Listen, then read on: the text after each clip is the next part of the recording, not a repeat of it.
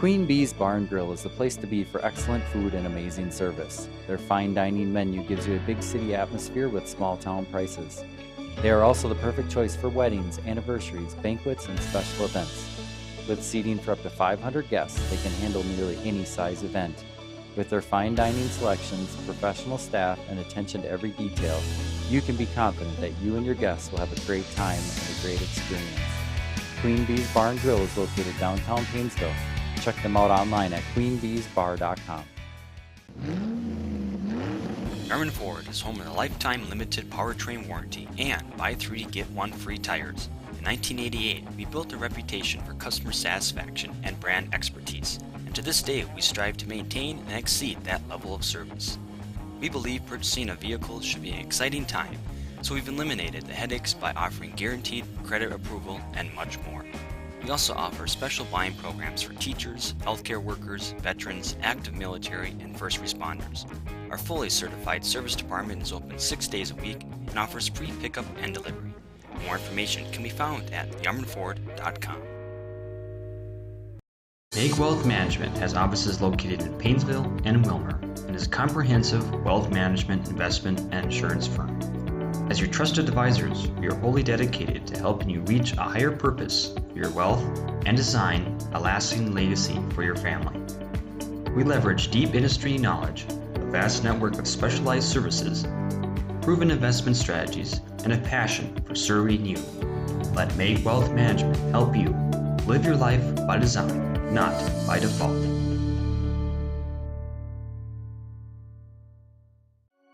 When everything is in one place, it's easier to stay focused on your own life. At Central Minnesota Credit Union, we've streamlined our financial tools to ensure you have everything you need all under one roof. Whether you're starting a family, starting a business, or buying a home, CMCU is here to be a trusted financial partner. CMCU offers free checking options and a network of financial experts. Because when everything is in one place, it's easier to stay focused on your own life.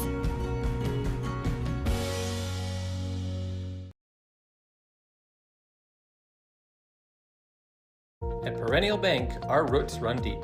For more than 100 years, we've been honored to serve the Paynesville area as a locally owned and operated community bank. And while we love to embrace new technology, we also understand that some things should remain the same. When you call our bank, you'll talk to one of our employees directly, hopefully someone you've come to know and trust. And our loan decisions are still made locally because every borrower is unique. If you don't bank with us already, we invite you to stop in or give us a call. Perennial Bank, member FDIC.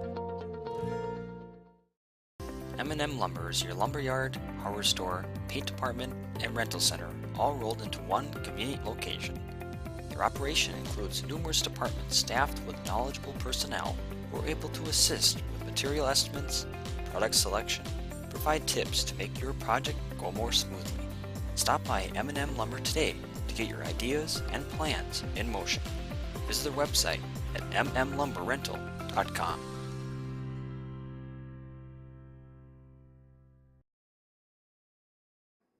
Welcome back to the Crow's Nest up here at Paynesville High School for another wrestling match here. This is Ken Ossendorf, the blowhorn. I'm up here with Max Maher.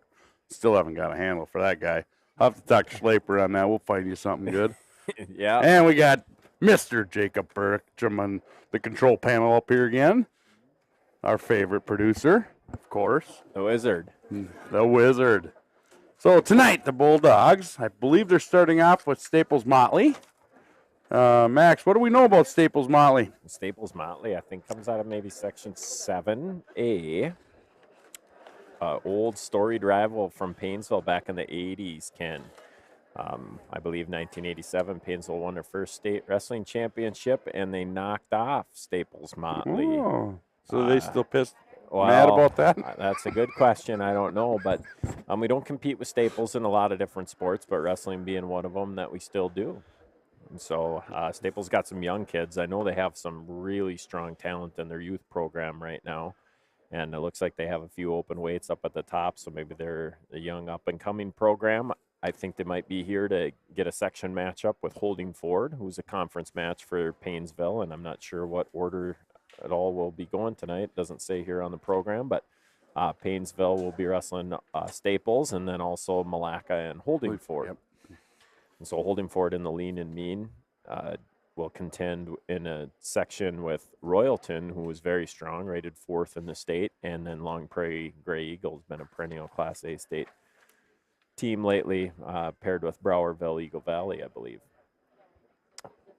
Yeah, so on the other mat will be Motley and Holdingford going on it while we are talking about Paynesville and obviously in Staples. And then afterwards, I'm not sure who will be faced up against one of them two. Yeah, so Paynesville wrestlers are just kind of pacing, warming up. We're waiting here for some pre-match announcements and the national anthem before we can get going. See former assistant coach Steve Fuchs in the house tonight. Steve is a longtime assistant coach under Hall of Famer Verge Vogley. Steve's son-in-law, Clay Hook, is one of the, I think I pronounced that right, he's one of the co-head coaches for Milaca. And so good to see Steve back here. Steve, the first ever state champion, Paynesville history.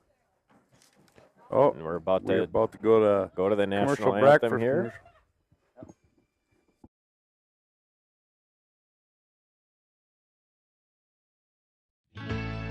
Queen Bee's Bar and Grill is the place to be for excellent food and amazing service. Their fine dining menu gives you a big city atmosphere with small town prices. They are also the perfect choice for weddings, anniversaries, banquets, and special events. With seating for up to 500 guests, they can handle nearly any size event. With their fine dining selections, professional staff, and attention to every detail, you can be confident that you and your guests will have a great time and a great experience. Queen Bee's Bar and Grill is located downtown Paynesville. Check them out online at queenbeesbar.com. Yarmouth Ford is home of the lifetime limited powertrain warranty and buy 3 to get 1 free tires. In 1988, we built a reputation for customer satisfaction and brand expertise, and to this day, we strive to maintain and exceed that level of service. We believe purchasing a vehicle should be an exciting time, so we've eliminated the headaches by offering guaranteed credit approval and much more. We also offer special buying programs for teachers, healthcare workers, veterans, active military, and first responders. Our fully certified service department is open 6 days a week and offers free pickup and delivery. More information can be found at yarmouthford.com. And we're back at the great national anthem. I had figured that either Tom Ludwig or maybe Matt Welling. I don't know about Frenchick if he can sing much, but man, Johnny Riley does a nicer job than the playing, huh? Yeah. I mean, old Tommy over there, he could have sang that. For sure. Yeah, we got the stalwarts at the table again tonight, Frenchick and Tom Ludwig, and then since it's a quad, we got extra workers as well. Looks like Matt Welling and Paige Welling filling in. Mike Hemish on the EMT service. We got some JV matches. We'll be wrestling in junior high ahead of the varsity. This is James Messick. Not sure who we got for Staples. Motley, maybe if we go by their weigh-in sheet, we could guess Adrian Gomez, maybe. With a quick takedown, and he's got him in the cradle. That doesn't look so good. No, Kenny, he's got it pretty tight, and he's got a long time to adjust there. But James is keeping that shoulder up for now. And that's a fall.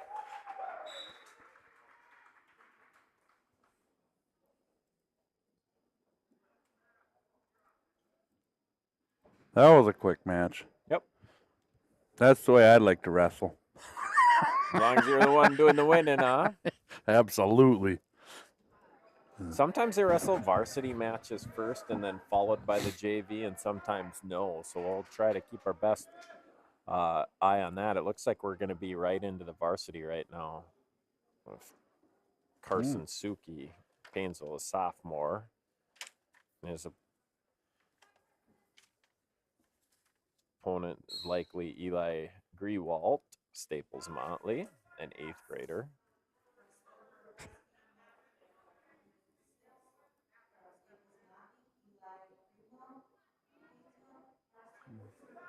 That's what I heard on your intercom. Kenny, seems like we were just here last week. Yeah, I think so, yeah. Had a good time together. Nice cold beer up here. Just kidding, folks. All 13 of you over there on live stream, welcome. Carson Oh, there we with a go. nice facelift off the defended shot. He's got to get his leg unhooked or he's going to get rolled through here.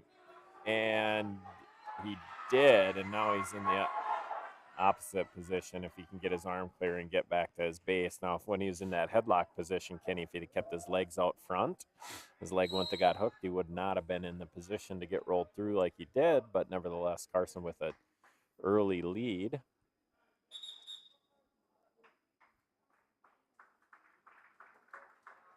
Should have got back points out of there and then gave up a reversal.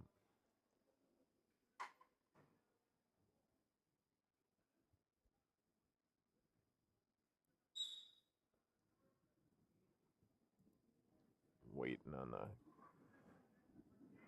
5-2 looks like he's got. Mr. Welling over there holding up the show. Sounds like we got a good crowd here tonight on hand, huh? Oh, yeah. Yeah, over on the home side, it's bleachers Yeah, are it's full. full. Yeah. The other side's pretty empty, but Staples wrestler gets the bar arm, and now he's got a half on the other side. This isn't a friendly position for a wrestler on the bottom. We'll see if Suki can get maybe off the mat for a fresh start. And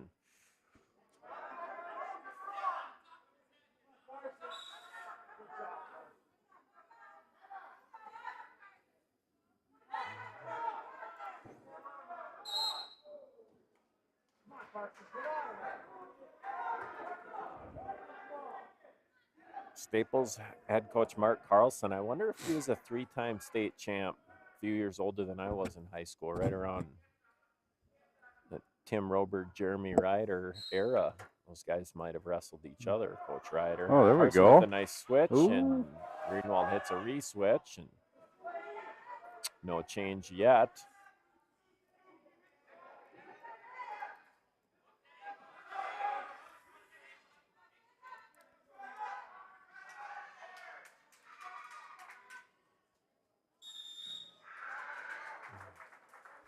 Destin Ryder out there to tap the official, Kenny.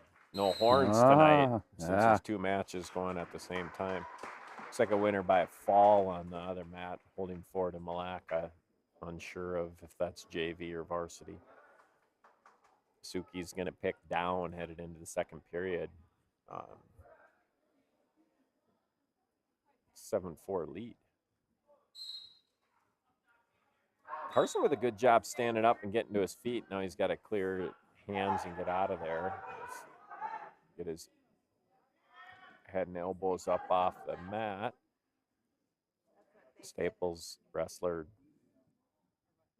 at that near ankle elevated, working a crossface, trying to get to a cradle. Keeps that leg elevated to keep pressure on forward on Carson. Comes right back with the crossface.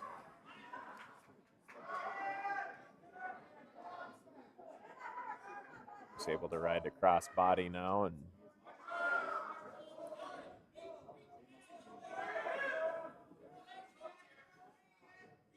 Carson trying not to get exposed here on his back to give up the back points. Doing a good job so far, but he's got to get forward and clear his leg if he wants a chance to get out.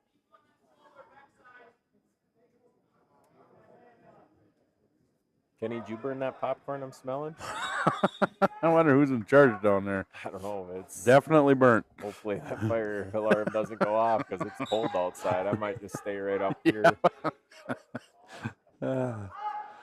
Another cold week. Might have been that heater that we were listening to last week. It might have been. Maybe they fixed it. Carson's working hard not to get turned, but right now the Staples wrestler's got advantage riding, pretty much in control of this from the top position. He's got a bar arm, and see if he tries to go back to that half. Carson would be smart maybe to get off the mat right now and get a fresh start. He got to his feet so quickly last time. Now with this new rule, it can actually get near fall and or pin a kid with shoulders off the mat, which is happening right now.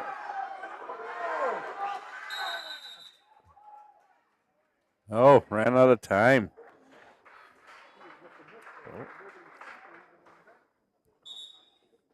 This is where Carson's going to come on strong. That'd be good. We got some blood time here. Be a great time to remind you that Perennial Bank of Paynesville is your one-stop shop for all your banking needs. Stop in today and talk to the wonderful people at Perennial Bank. Score your next home run at perennialbank.com. Not to mention that as a member-owned organization, Central Minnesota Credit Union is enhancing the lives of members and community through strength, service, and growth. CMCU has always been willing to go the extra mile and work with the members' requests. Visit their website for more information at mycmcu.org. Here we go. Back at her. Suki's going to start the third period on top.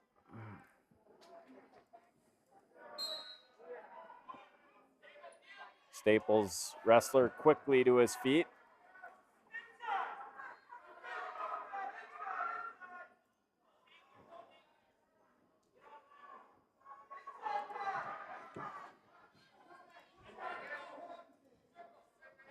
I think the score is going to be 8. Actually, did they just get 2 near fall right at the end? So we were 7-6. So it is 7-7. But right now, Staples in deep on a leg shot. He's got that leg hooked. If he crawls his hands up the back, that should be 2. If he just gets that up, there it is. Officials award it. And so now Carson's down by 2. They got to scramble or he should belly out and get back to his base here. Now he ended up with his legs split, and he's going to be in that same Turk position that he found himself in the second period.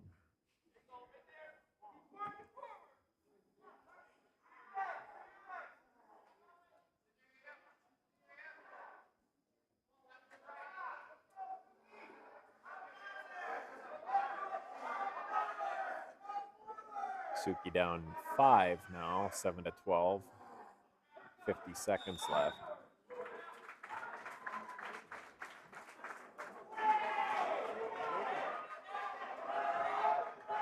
Deep half, and now he's in boy. trouble. This one is tight. 30 seconds. And winner by fall, Eli Greenwald. Staples going to take a lead 6-0 in the duel. Headed to 113 pounds. For Paynesville, looks like Mason McNabb is getting warmed up. And Staples looks like what they got listed. Noose. Jack Carlson.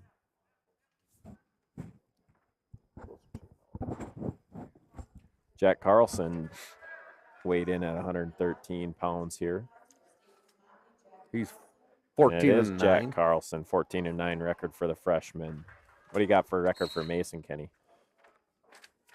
I didn't like the way they printed these. Mason, 15 and 9, ninth grader. 9. 2 freshmen with 15 and 9 and a reshot by Carlson, and should be a good match.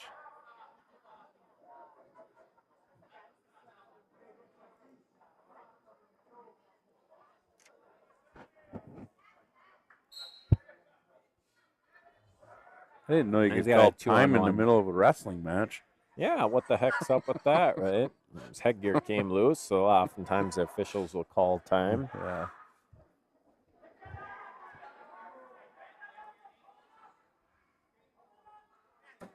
Mason tries an ankle pick, but it was up at the knee. Looks like the Staples Motley wrestler prefers a Russian tie.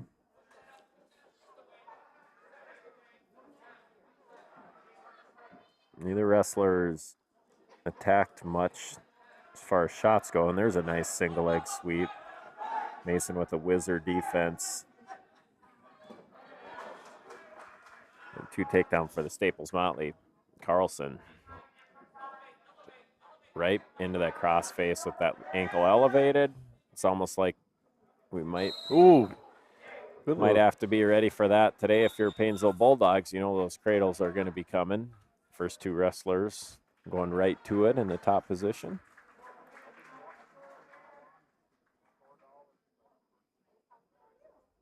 See if Mason can beat him off the whistle right here, and tries to clear his elbow. And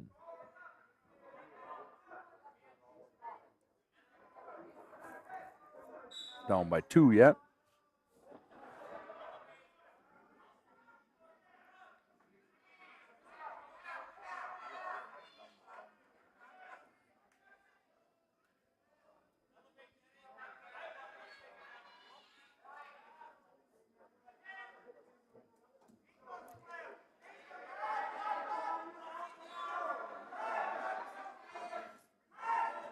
actually should have been clasping right there. Good action by McNabb to get an escape right at the end of the period, and then gets in on a shot. Not enough time to work a finish, but that point could prove to be big. Yep.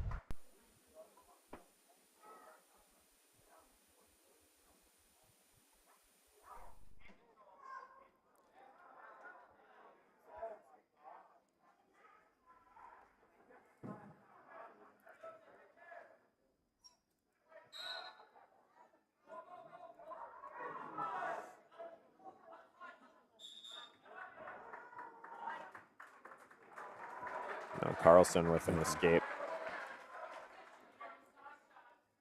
3-1. Should actually be second period, which it did just change that.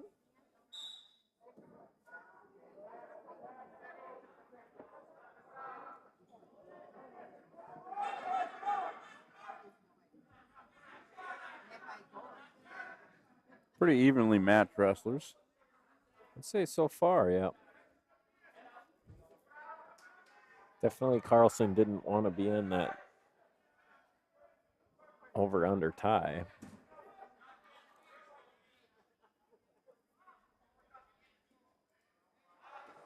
Shot and a reshot. Mason in the front headlock. Tries to shuck him by and does for two. That tied it up. 50 seconds left. Both wrestlers done a good job on the bottom so far of creating action, making it tough to ride. We'll see if Mason can keep him down or if he wants to go right back to his feet.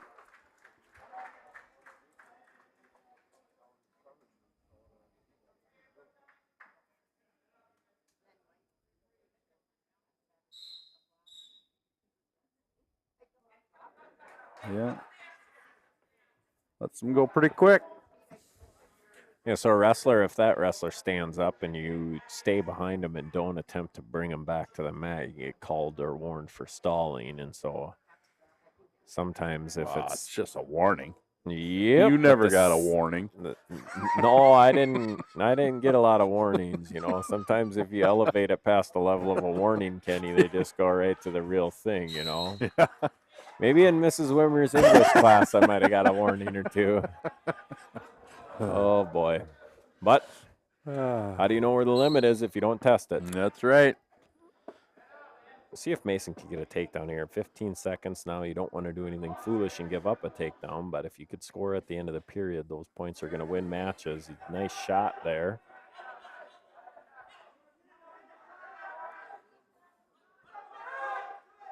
Same position we're in earlier. He's wanting to make that left leg as heavy as possible. Down by 1 point. Going into the third period, he'll pick down. If he can get an escape, we're all knotted up.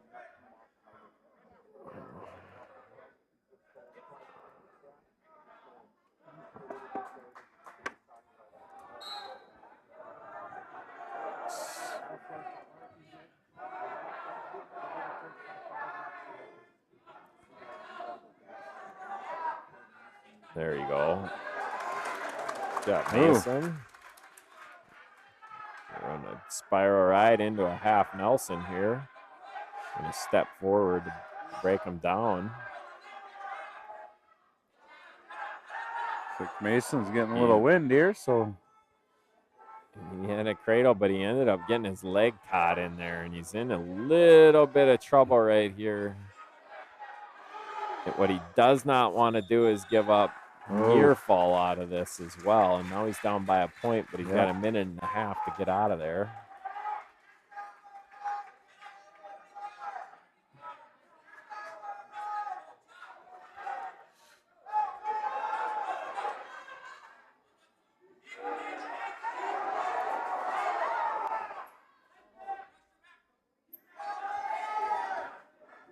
Down on your belly's not a good place to be. Mason's got to get up underneath, but Carlson's got a deep crossface right now, and if he can get that ankle hooked, he's going to be able to kill some clock here too, besides working to try to hook up a cradle. Mason on his hip. Here comes the Turk. Fighting hard to get to his belly. 30 seconds left. Neither wrestler's been warned for stalling. Staples wrestler definitely wants to just ride him out versus force anything, but near fall here would put the match away. He's doing a good job on that 2-on-1 on the wrist. And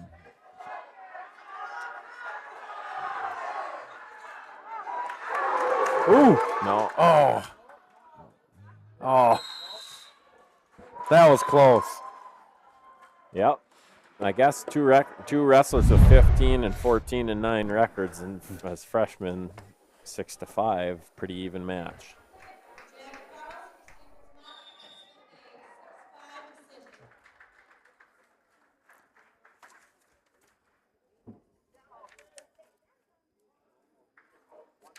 Paynesville's got Preston Welling coming to the mat. Preston here. Welling, and they would have Preston, I believe, a 9th grader, 10th grader.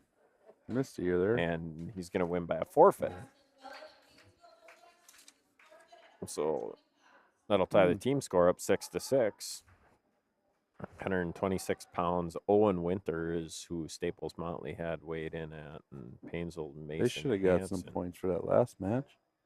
Paynesville? Yeah. No. Staples Motley. Yep. So they should have more than, so they got 9. 6 Oh, to 9. yeah. I guess we did lose by a fall in the first one. And Winter with a quick takedown. Mason Hansen, a 7th grader. 6 and 8. Is he going against Owen Winter, did they say? Yeah, I believe. And he's in a cradle. And 16 is pretty tight.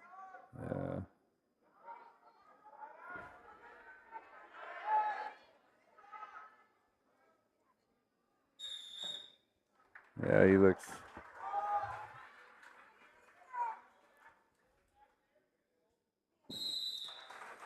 That was a quick one. Yeah, Staples wins by fall there, and so they're going to take a 15-6 lead in that duel.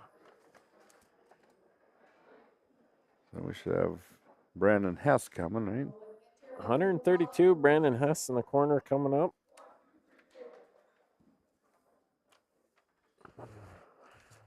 And they would have Chase Van Dozel.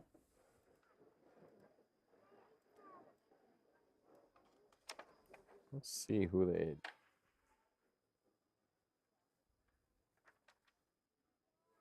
Oh, yeah, I was reading the wrong town. I think Caden Dobson is listed under on the JV here, I think.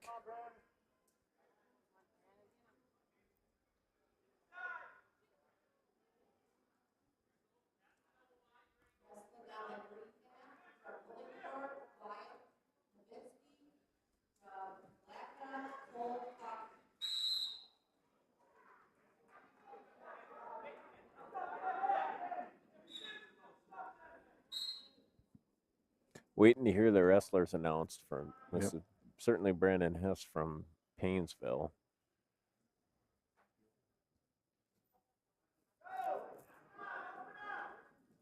Staples wrestler in on a single leg, and Hess trying to counter, lifting the near ankle, and a crossface gets 2.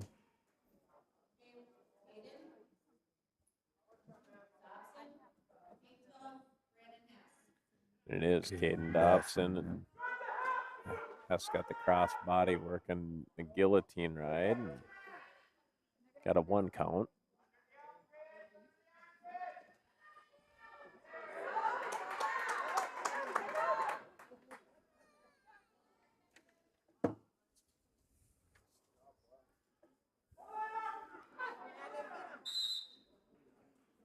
Off the map, a 3 near fall for Brandon for a 5-0 lead.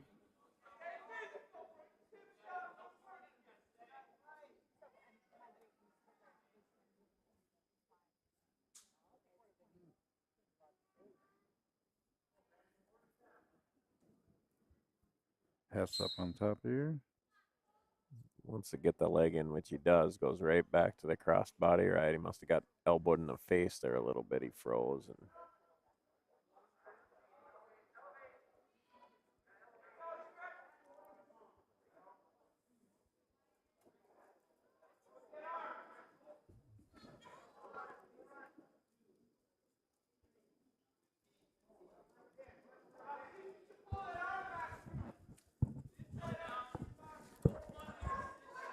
3 more near fall on the crossbody Turk by Hess. He's going to rack up the points here from top with the legs in. Holdingford 106-pounder won by fall. So I think he did get hit in the face or something. He's been wincing a little. Taking an 8-0 lead.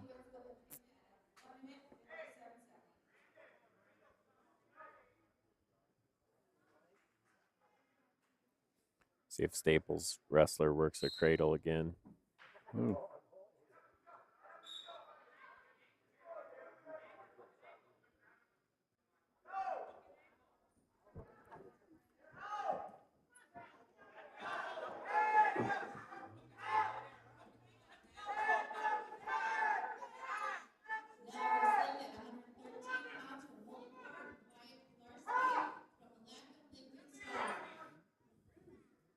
Two more for Brennan.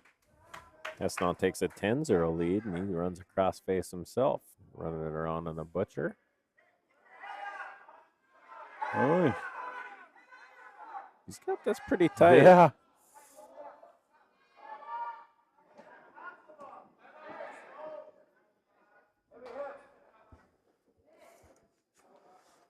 And there you go. Brandon wins by fall. Get the Bulldogs back within 3, 12-15.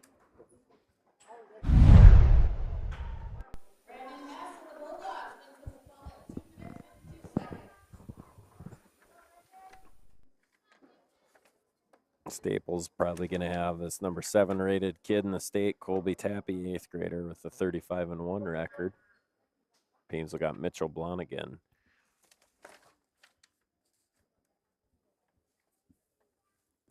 Mitchell 1-6 on the year, 9th grader. Yeah, 35-1. That's a good record, huh? Yeah. So far, only found one guy that could stand the test. Mitchell was an entrant into the 9th grade and under state tournament, which is good for him. First year wrestler in 7th grade, Kenny. Yeah, okay. Didn't come out until 7th grade. Not the easiest thing to do, join the sport late like that and get caught up, but Mitchell's a hardworking kid. Now Colby's on top.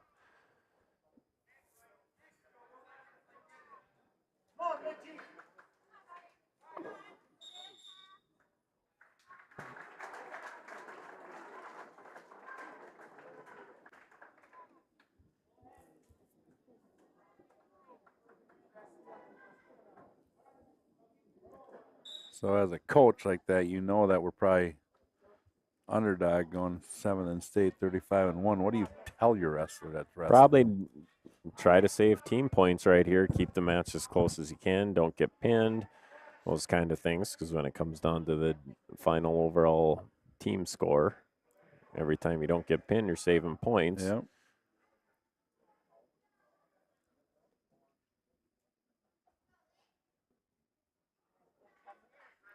So if Brandon got that pin and Mitchell can go out there and lose but not give up a pin, you're gaining ground.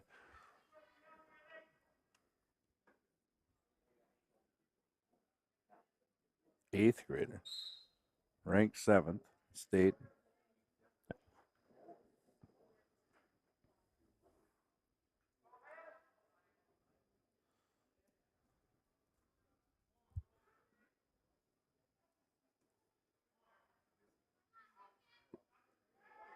He did a 2-on-1 tilt, and usually you're going to get near fall, but it's not going to be something tight enough to pin somebody. But he's got himself already an 8-0 lead with 12 seconds left, and he's going to pull that arm back behind his back and see if he gets another tilt here quick before he's going to exchange it into a bar arm. I think by now the time's going to run out.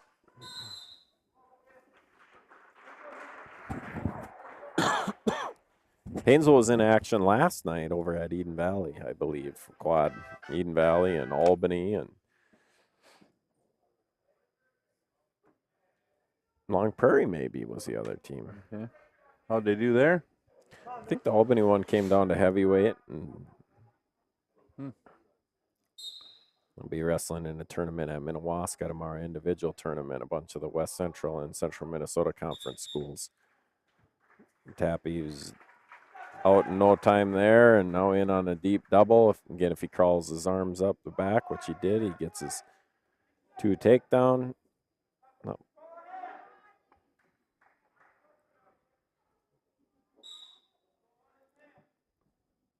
11 rip here. Yep, and at 15, they'll stop it for a tech fall. So right now, you're just telling Mitchell, stay off your back, don't get pinned.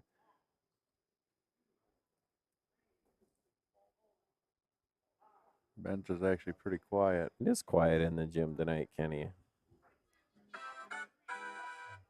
Except for my phone getting texts. You know, I'm such a popular Must be guy. nice. It must be nice. Yeah, I don't even need a phone anymore.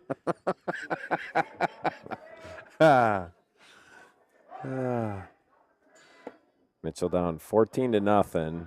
One more point will stop this match for a technical fall. Tappy's dominated the whole match. Yeah. Now he's working a bar arm. Something he feels like he can maybe pin him in. Oh, boy.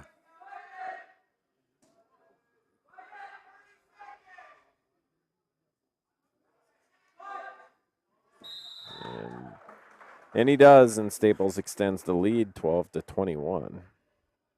That's a tall task for Mitchell Blonigan. He doesn't wrestle a bunch of varsity to take on 35-1 Colby Tappy.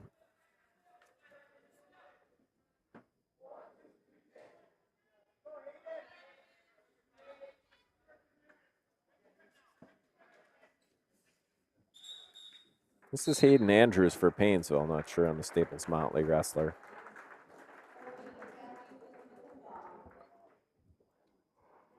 They didn't even announce him either. Anybody know who that is? Good thing you have good hearing, Pipe Kenny. in. Hayden was wrestling up at 182 pounds or something like that last year, now down at 145. And he's in trouble right now, and he's in danger of giving up near fall besides. See if he can get to his belly, which he does. Oh. And then there comes another cradle.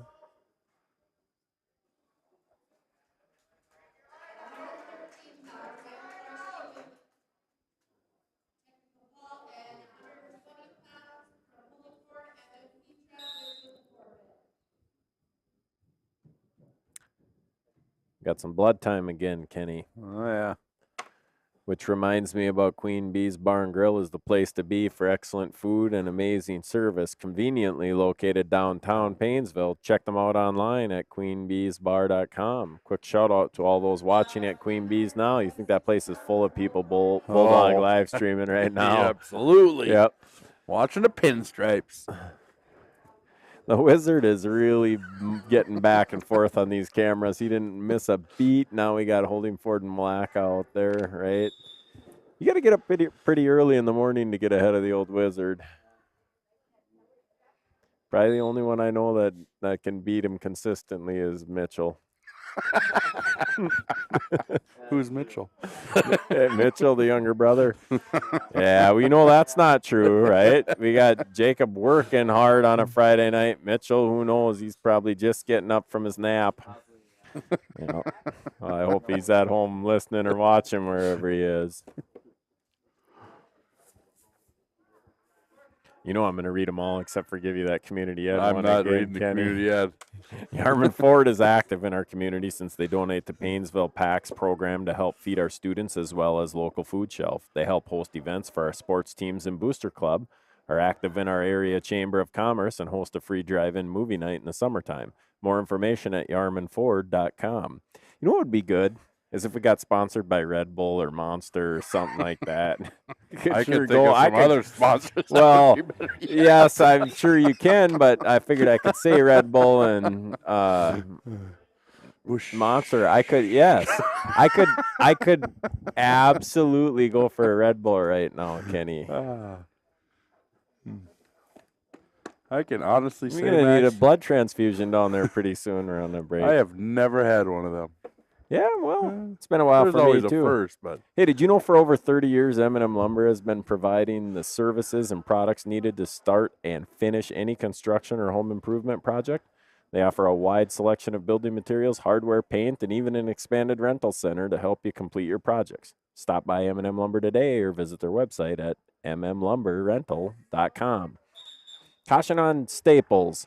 One thing about no spotlight tonight, you can see what color the wristbands are on the officials. yeah.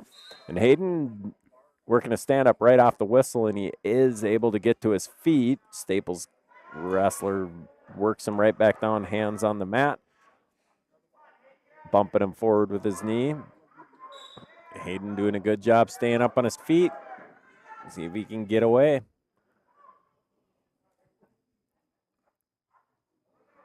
There we go. Ooh.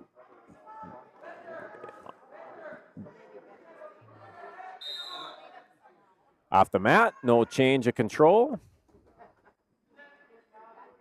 It's kind of fun to watch our wrestling moms in the stands twist and turn with every move, like just a little bit of help and Hayden would have been out of there. A couple more people in the stands would have twisted a little bit. He might add that extra.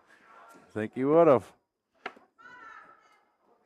His ankle's hooked now, and you can bet that crossface is coming for another cradle. Got the guillotine in the house. Roger Mischke. Is that godfather of former Paynesville wrestler and current head coach at BBE, Jack Mueller. Oh, yeah. Godfather, huh? Yeah, Roger Mischke and Jack Mueller, they go back a long ways.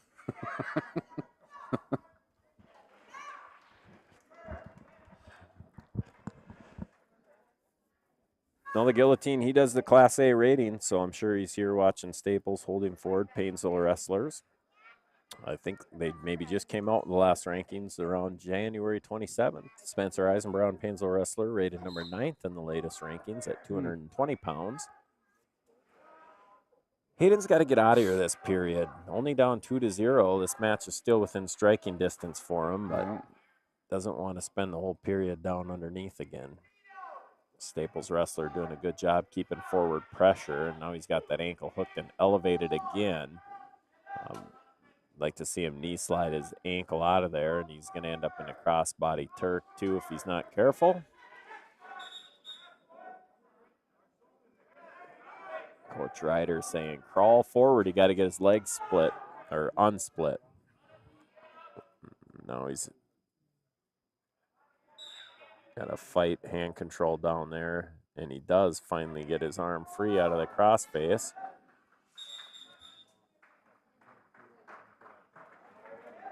Staples guy's done a good job driving on his toes and breaking down Hayden. Yeah.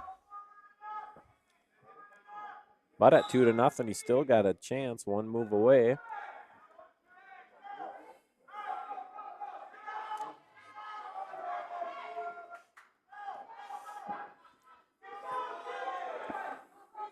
Just about, but unfortunately, no. What's that move called, Max? That's called a scrambled egg. I don't know.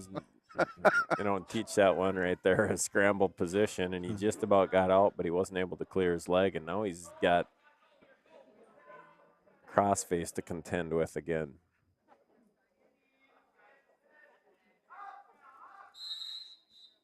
Stalemate position. Ref is going to warn the top wrestler Staples for stalling. Riding the ankle and not getting out enough to the side or trying to turn him, according to the official. So Hayden will get a fresh start, see if he can take advantage and get off the bottom. He's back up to his feet, but he just cannot stay up there. He stays on his toes. He pushes. Yep. Good pressure driving forward by the top wrestler. He's got to return him, and Hayden's going to get one for an escape right in the last seconds there, which is a good deal. Yeah.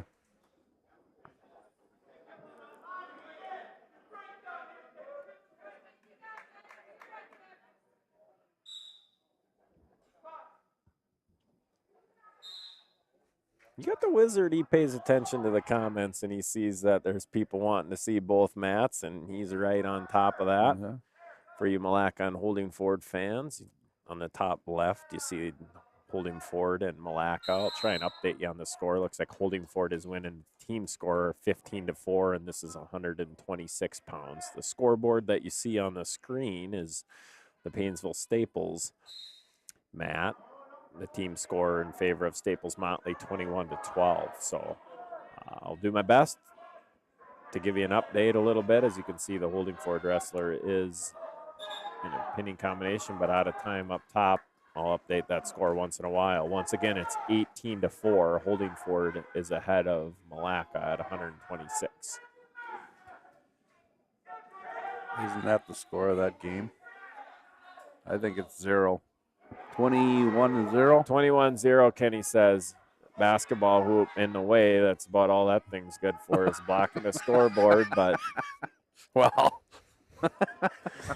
I can say that now that I'm not an AD. You know what I mean? Yeah, I hear you. Couldn't say that for 12 years, or I'd meet the wrath. Hayden down 7-1 now. Yeah. Wrestled so tough. Just a little flurry there, and the score's getting away from him. As much time as it took him to get out, it makes you wonder if he's got enough time left in him. But keep working hard. Never know if he can get an escape. And a 5-point move, he's right back in it. 30 seconds left, though, so he's got to figure it out pretty quick here. That's right. Spent a lot of this time on this match underneath, which is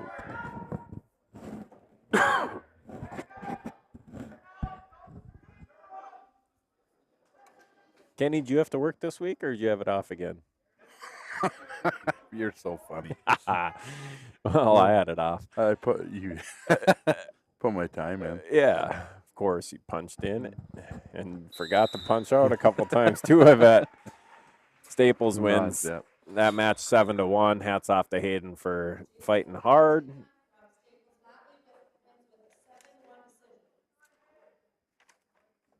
They said that was Jason Trentina. Up next for the Bulldogs, we got Trenton LeClaire and Blake Nealon from Staples Motley. Nealon, a sophomore, 12-18 record. And what do you got for LeClaire? He's a senior, I know that. 4-24. That seems a little lopsided. We'll see. Well, never know, though. Look at that. Deep in a fireman's able to pull down on that elbow and keep that leg. Now he's working up for the head and the inside cradle, but off the mat, 2 takedowns. Staples Motley leads the match 2-0, and the duel 24-12.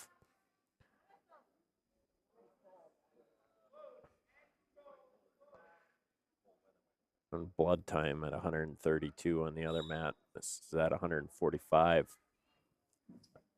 On the Paynesville Area Ed community scoreboard, we're looking at a 24-12 deficit. Paynesville's got some tough wrestlers up, and LeClaire hits the switch. He gets a 2 reversal. Off the whistle, Trenton LeClaire with a great switch. He's pressuring forward, trying to get a breakdown. See if he can't wear out the Staples wrestler. Spring Hill Charger in the house. Maybe.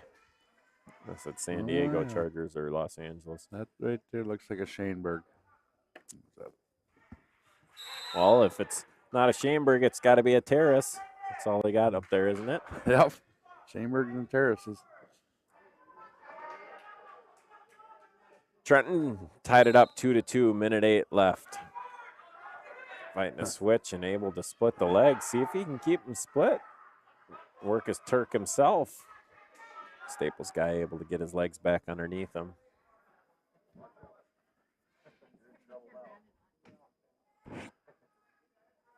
Trying to put him on his back. If you're tuning in at home, we got a quadrangular going on. Holdingford and Milaca on the top left, and Paynesville and Staples Motley on the right.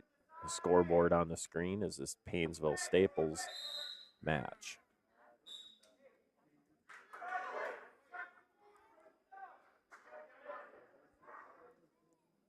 2-2, 35 seconds. Trenton's got to keep him down. He doesn't want to give up any points late in the period here. Wrestle even first period. Hang on for that 30 seconds. Yeah. Oh, look at He's that. got the wrist.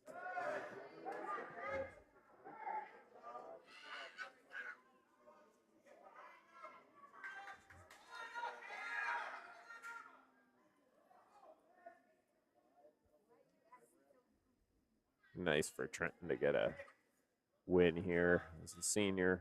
Yeah. Good period by Trenton there, 2-2. Yeah, he actually fought hard in that one. Kenny, you seem kind of tired tonight. You didn't get your nap today at work or what? Imagine if you worked for the Chamber of Commerce, you'd have time for a nap or two, probably. Not at Valley, though, huh? Not at Valley. Work, work, work. Trenton did a good job on top first period. We'll see what he's got in him this second period. He's going to throw the leg in over here on this left side and work a half Nelson. Get pressure forward. Staples-Motley's able to kick his leg out. What'd they say this? Blake Nealon, right? Yep. I think it was Blake Nealon.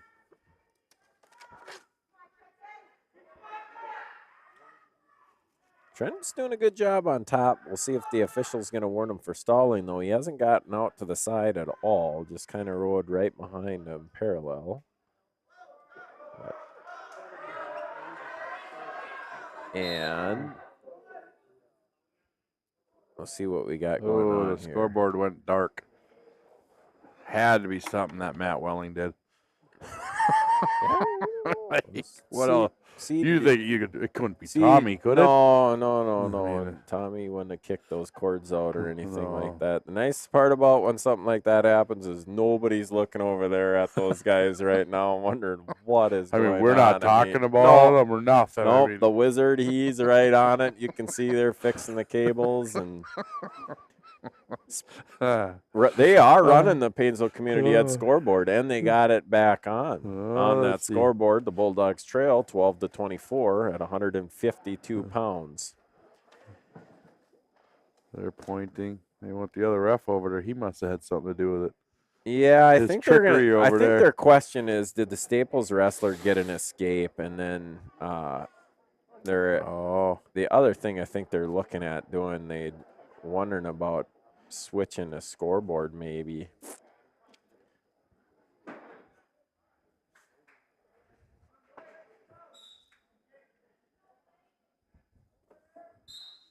Minute 11 left.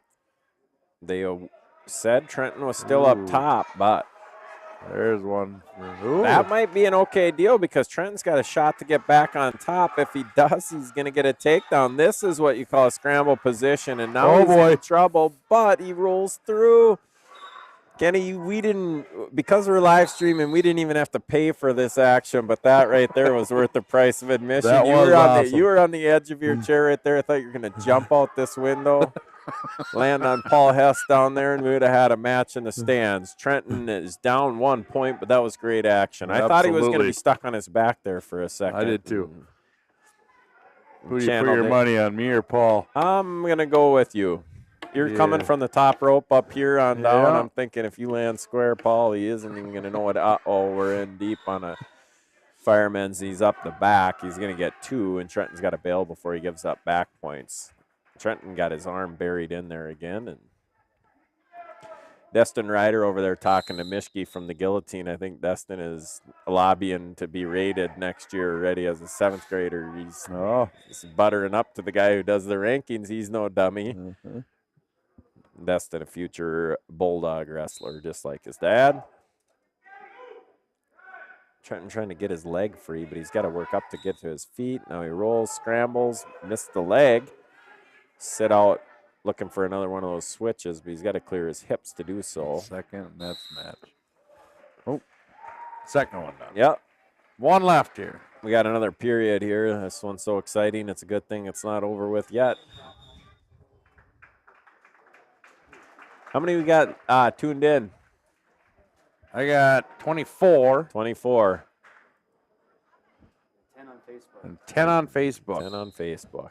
Not too many people chiming in. A lot of people still have to work. few Not, did. not everyone has those easy jobs that you and I got, Kenny. Right, where we you can just sit up here and get talk, here, yeah. right, Friday, and we're off early up here in the Crow's Nest watching the pinstripes. And Yeah. Milaca and Holdingford duel's about to head to 138 pounds, it looks like, and Holdingford still leads. I can't see what they have for points. What do you got, Kenny? 28-0. 28-0. There is Holdingford's got a pretty nice team, and they're young. They got some really good youth wrestlers coming besides. I'll tell you what, Kenny, the Central Minnesota Conference is loaded for wrestling. We talked about that last week. You got BBE rated #1 in state, Kimball rated #3 in the defending state champs, Royalton rated #4, and they were in the state semifinals last year. And then you got Holdingford in the lean and mean, same section as Royalton. Just sometimes ebb and flow, but right now in the Central Minnesota Conference, that wrestling conference is as tough as Class A conferences you'll find. Trenton is out. It's a matter of whether he's going to finish with an escape or a reversal, and now he's down 2 points, but if he can finish on this leg shot, circle into the right, and get his arm up over, he's in great shape. He's got to bust him down, and he does. Yes. And if he could get some near fall, that'd be huge. Either way, now at 5-5, he's got to keep him down. Trenton is doing it. He's trying to stand, push. Drive him forward, and back up to his feet, and an escape. That's okay, though, because he got 30 seconds to get in on that single leg again. He's backing up, seeing if he can get him, and teleports a shot a little bit right there, and the Staples wrestler sits on his knees and allows Trenton to get in. Ooh. This is where everybody in the stands is hollering, trying to it's loud in here. Transition all their energy to the mat for those wrestlers, and the Staples guy is able to get behind them, and Trenton down 8-5. You're going to run out of time. An 8-5 match. Good match. Winner victory. Mike Hemish doing his best impersonation of a tapper for the officials today. So, jack of all trades. Master of none. Yeah, you know that guy? I might. Yeah. Yeah. A little.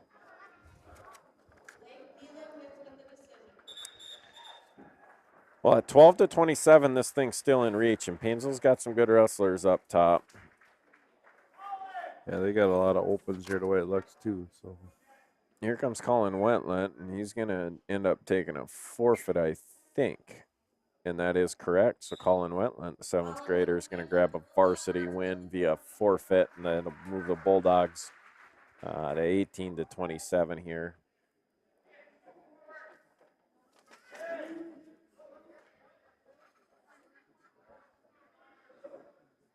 Aaron Magus, a junior, and we got an 8th grader.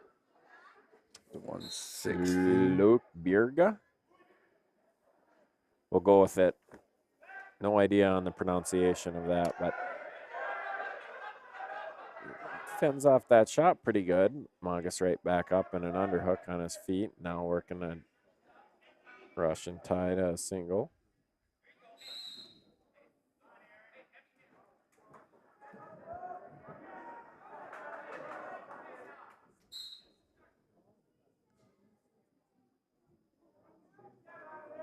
Tommy's telling her how to say it. Oh, yeah, Ludsey, he knows.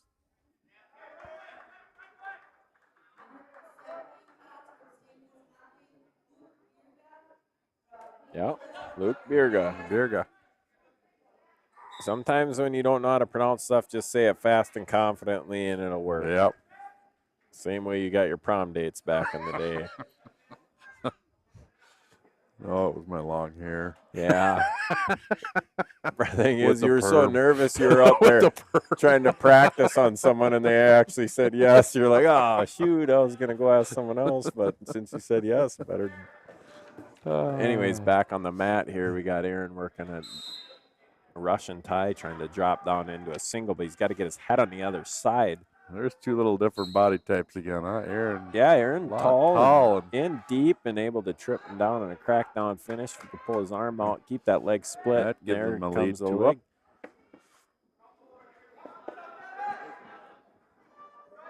Yeah, last Friday night we saw Aaron riding the legs and wrenching on that guy's arms every direction he could get, and here he's doing the same thing, working a deep power half.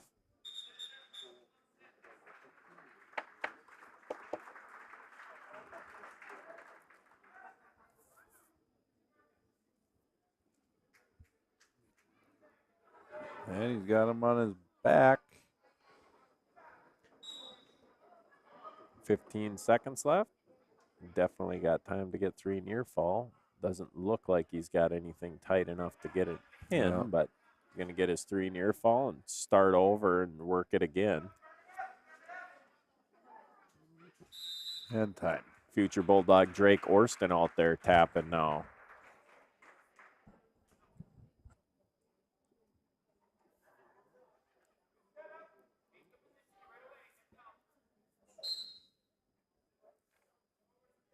Maga's definitely the aggressor from the feet here.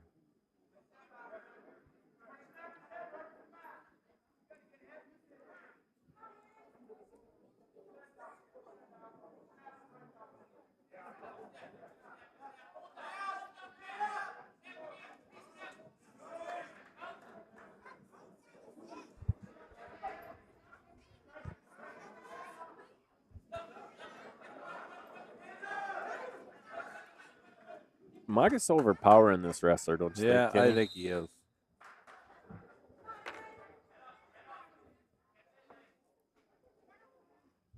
I think if Magus just realizes that, he can finish this fairly easy. Minute 27, nothing lead. Put the legs back in. Holdingford wrestler over there on Matt. At top, Matt was down 5-0. And that Milaca guy in his back for a little bit. Magus back on the legs. Work a power half.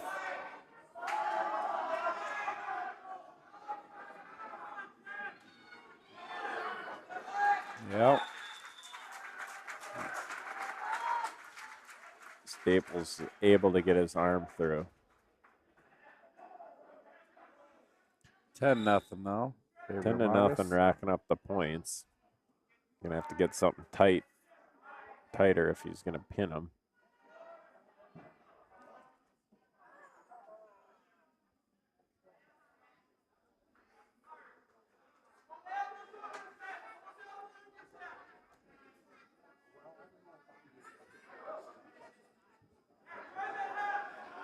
Seven seconds left. Can you get him? He'll get 3 near fall out of this, Kenny, but I don't think it's going to be tight enough anywhere near a fall. So he's going to take a 13-0 lead.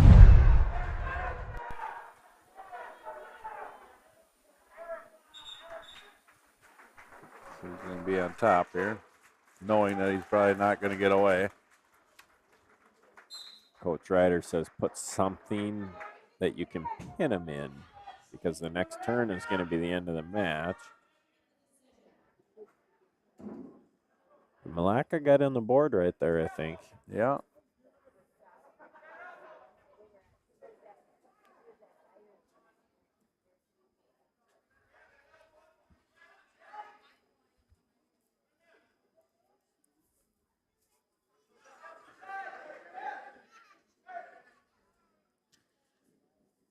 This Luke is only an 8th grader, too. Yeah, they're young. Rookie. This is going to be the match. 13 and 11. Did the official count? Yes, he did 2 times, and that'll be the match. Aaron will win by a tech fall in a time of 4 minutes and 44 seconds.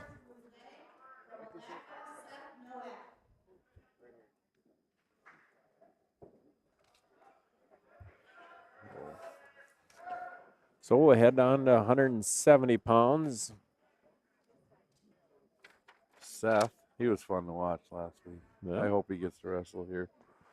Yeah, Seth is going out there. Seth, you'll know when he gets out there. He's a recovering vegetarian. Look at him. I wanted to see him wrestle. Yeah. ladies and gentlemen, he was not even flexing there. That's right. SF came out last year, first-year wrestler as 9th grader. Fun to watch. Peyton Hamish. Peyton wins by a forfeit as well, 182. And so here we head up into 195 pounds, and Paynesville's got the lead here. I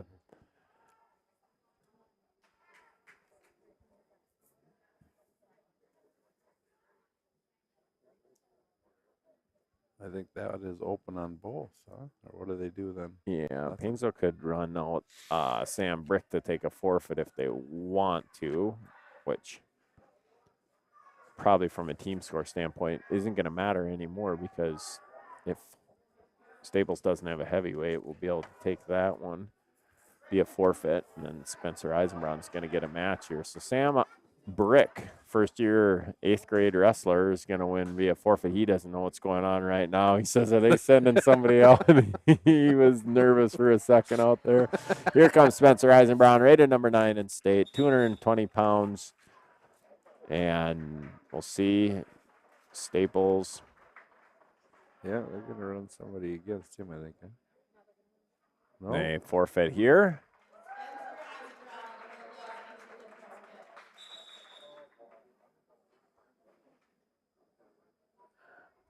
So is that... I did not catch what's going on because they ended at 220. That if they're going to double forfeit at heavyweight or what they got going on. Or here comes Coach Ryder's over there in the corner talking to Grant Miller. Also a first-year wrestler, a 10th grader. But the Staples wrestler is took his headgear off and putting his warm-ups back on, so I don't think that. I don't even think they have it. They could have had one against, they had a 220.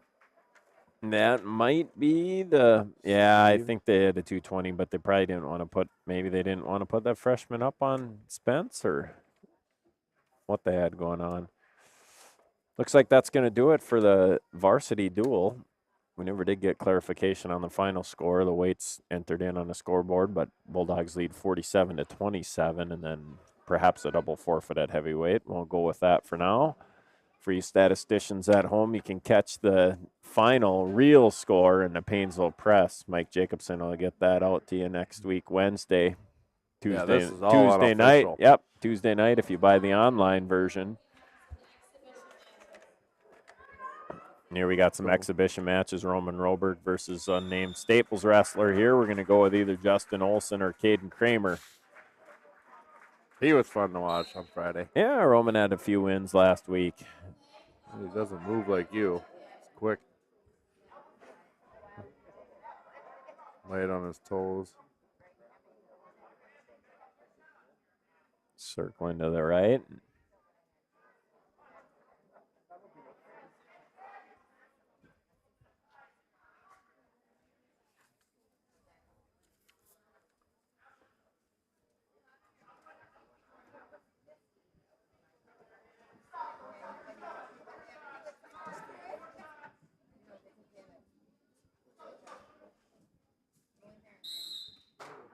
Nice little move by Staples Motley. Yeah, got in there on a shot, changed levels good, and cleared the hands.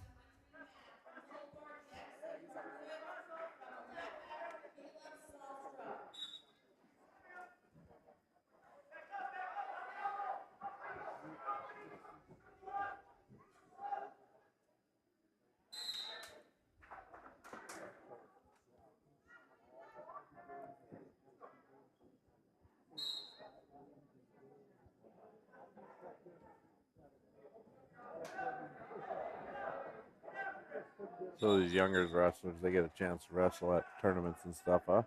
Yeah, there's some junior high and JV matches throughout the year, as well as the extra matches on a duel. They have 9th grade and under section and state tournaments that they offer, as well as some individual tournaments, primarily on Mondays, because that's when I think gyms are mostly open for as far as not having varsity matches, plus not having varsity basketball and so forth. Facilities are open for those kids.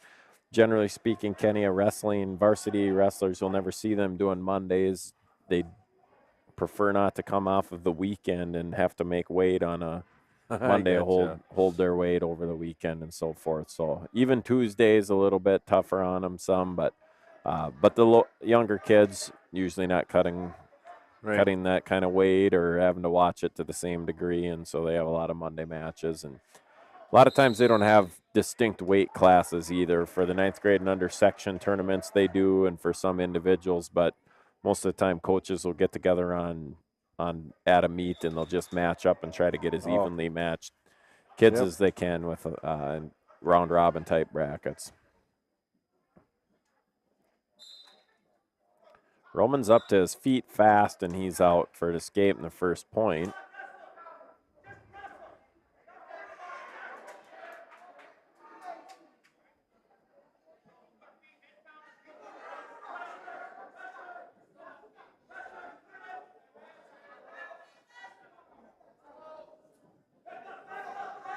Roman with a head chancer.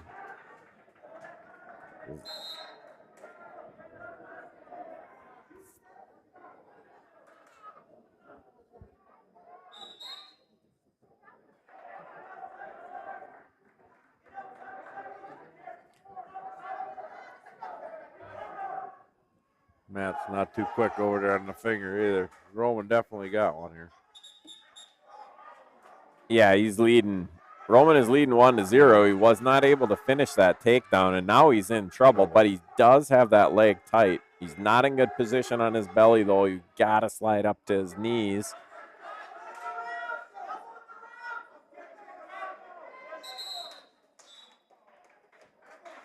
Why did they blow it there? Stalemate. Okay.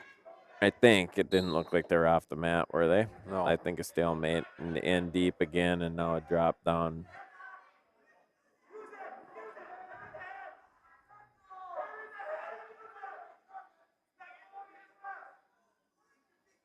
It's been a pretty even match, and points have been hard to come by.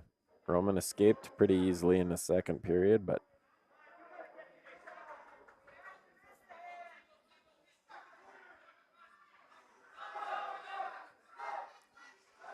there you go.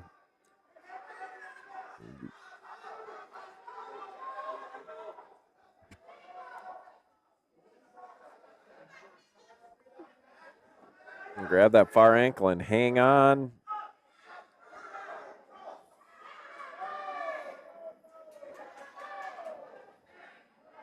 Well, 2-1 now. Well.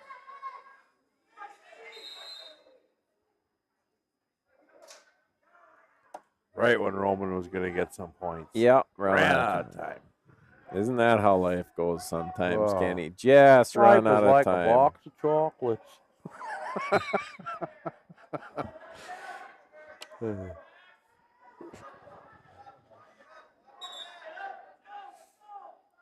See what Roman's got from top here.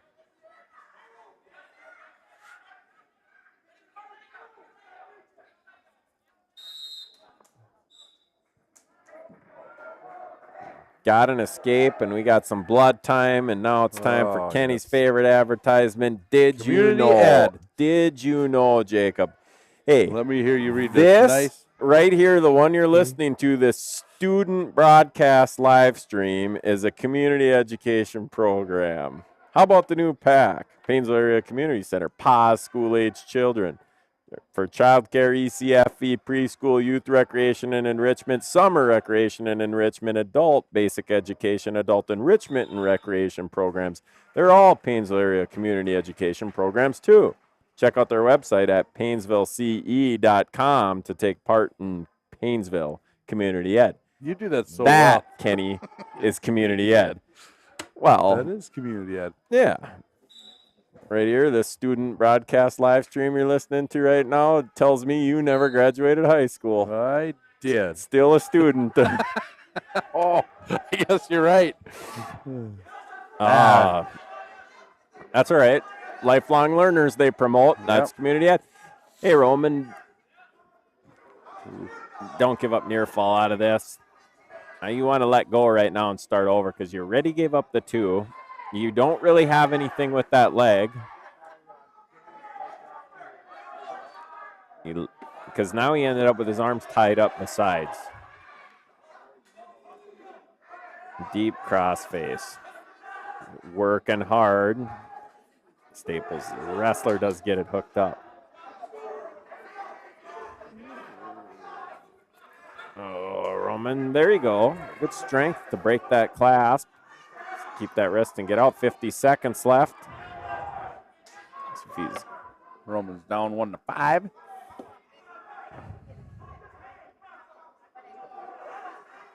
Gets to his feet, and he gets an escape. So he's got some time. 36 seconds now. You got to go for something. Shoot and come up and try and throw. Whatever it is, the Staples wrestler is going to try to keep an arm's length here. And Roman is, he's working it underhook.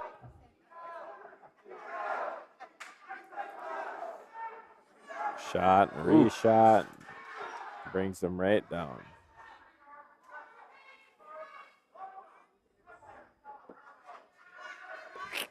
It's a good match. Yep. Fun to watch the youngins wrestling. Battling out there. Good match by Roman.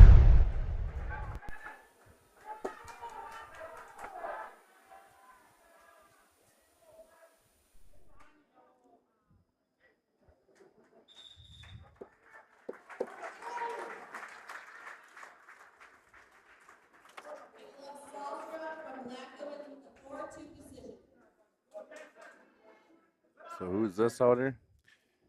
Braden Kirsten Hung.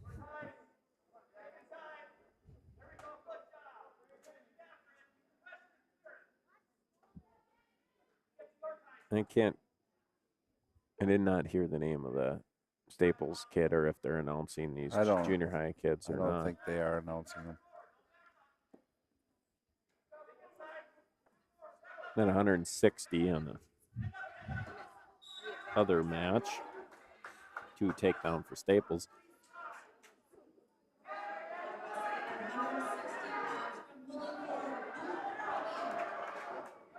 Reversal here.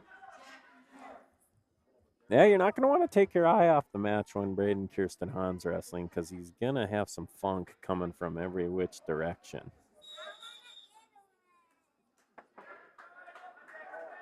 Kenny, it's a good thing we got a seat up here because I don't think we'd find one down there. Yeah, it's full. Even the other side's getting more. Still pretty light. Yeah.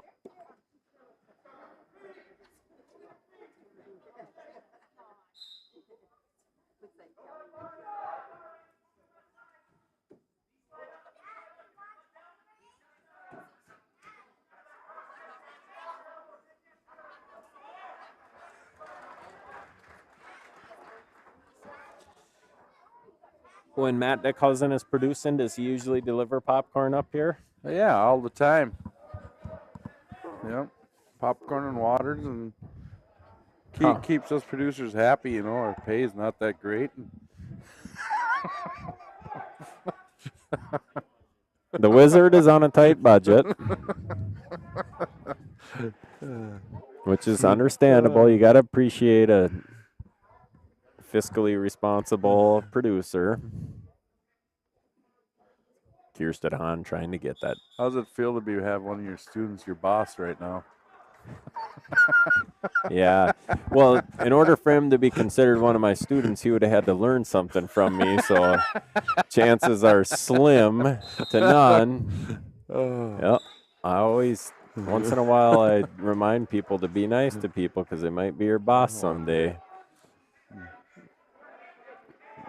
When you have to live with the intelligence I got, you know that a lot of different people could be your boss someday, you know. I hear ya. Besides having 6 of them at home, I got a few elsewhere. That's all right. Sometimes life's easier just following orders. Yep. Let's get out of here, Braden. He's got an arm barred now.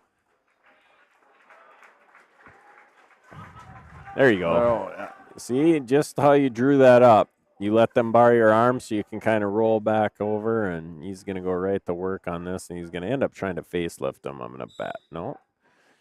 Coming out front, wants him to lift his head up so he can, here it comes. Unconventional a little bit. Trying to get that arm hooked around farther. Get more leverage. That's right, That's Kenny. what we call it, leverage. There it is.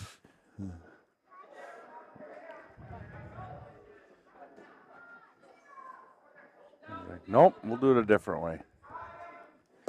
All that for nothing, and he's going to work his way back. Ref's seen enough of that, says stalemate. 6-2. The Han man. Isn't he working for the live stream now and again? Is that the bullet? That's the bullet. You live stream regulars would recognize him. Oh, yeah. I recognize him now that you said that. Yeah. Usually running around with 7 candy bars and Yeah. a couple pops. Gotta make weight. Gotta make weight. Yeah. You know the I don't best story Wrestle I these can young kids. remember about him was I was working at school here, and he would be downstairs when the old wrestling room was downstairs before the addition, youth wrestling practice. And when they give him water breaks, he'd come up here and buy candy out of the concession stand for the event going on, and he wouldn't even go back down.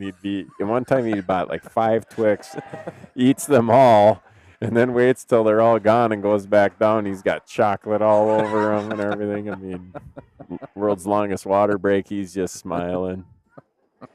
Not a lot of wrestlers brought cash with for water breaks, but where do you hold he's it? always been ahead of the curve, planning ahead. Yeah. The 6th graders were up at winter camp this week, Kenny. Yeah, I seen that on Twitter. I suppose at work you were on your phone again. Yeah. I should show you my Twitter, how far behind I get. Yeah. I just hit the home button twice, then caught right up. Oh. Yeah, I never go on my phone at work.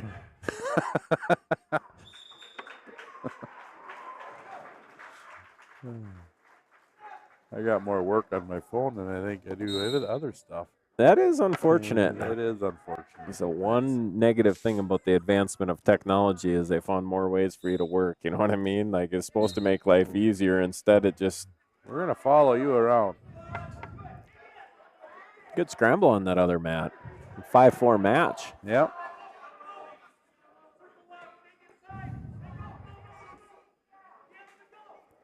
We might be in for a long night up here in the Crow's Nest. That's okay. I kind of like hanging out with the kids and you and Charger fans. He's right here now.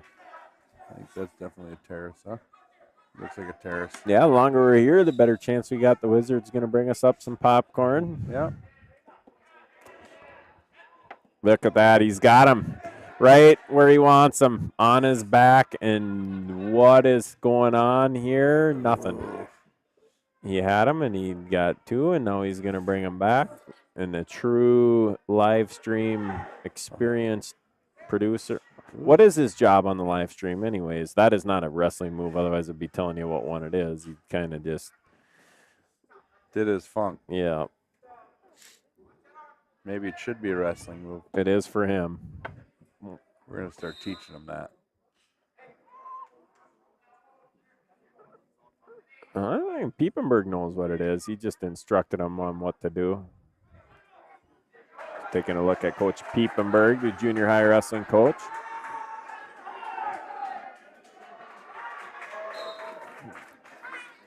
Takedown for the Holdingford, or reversal. I guess I wasn't watching, but he's got 2 points and takes a 7-5 lead, it looks like.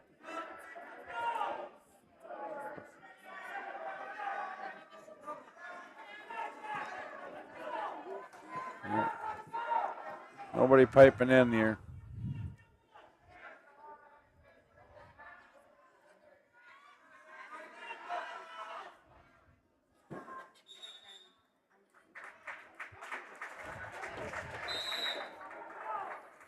That'll do it.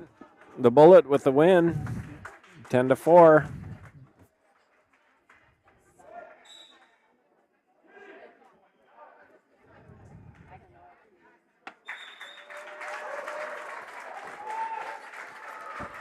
Here comes Daniel Flint.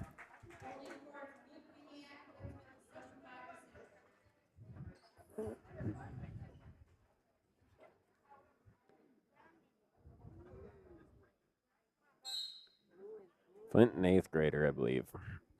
What do we got here?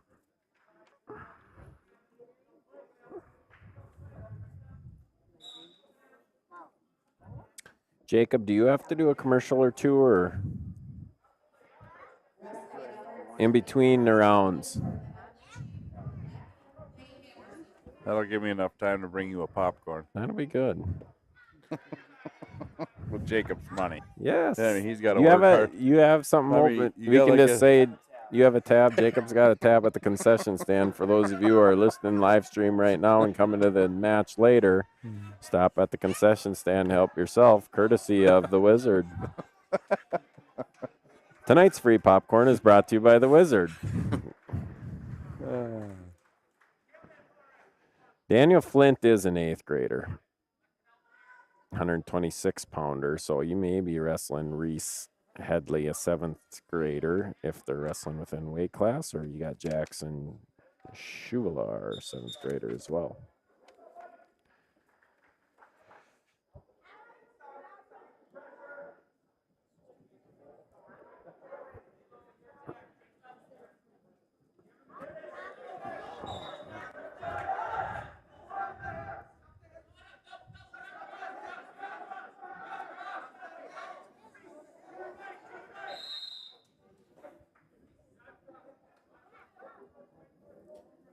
We got the best table workers in the state. You got Josh Franchek down there listening to the live stream on his phone so he can send us up and tell us who's wrestling. He's going to smile any minute now because there's just a little lag, and now you can see him multitasking down there. He says that this wrestler is Reese Headley. Franchek's probably, if they had a contest, he would win the best official scorekeeper. Tri-County Masonry CEO.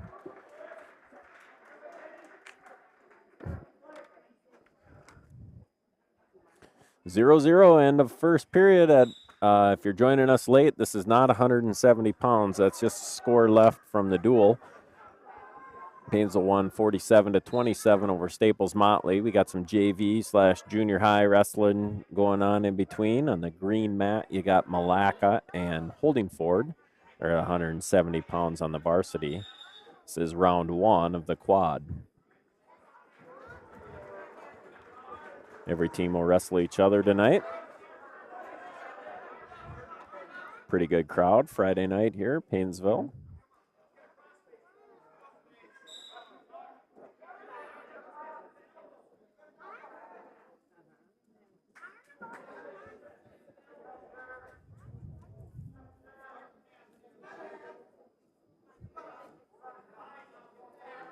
Looks like we got Colin Wentland warming up, and also Cesario Brazino. And Mason McNabb warming up a little bit, so they may be getting close to the end. It's their 106-pounder for the next round. And 1 point for Flint on the escape. On a 1-0 match so far. Yep. Evenly matched kids here. Flint, you'd like to see him pull his elbow out of there because he's actually, there we go. But as long as that Staples wrestler is hanging on to that arm, we got him in an inside cradle if he can go get behind him. Had his chance to score, but now the Staples, the kid still got the leg and going to work in that fireman's. No action, or no score, I should say.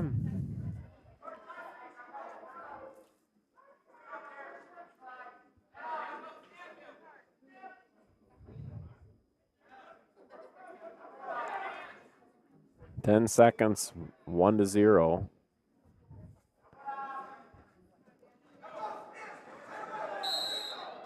Oh, just ran out of time there. I could feel it he was about to get. I would say you're probably right, Kenny.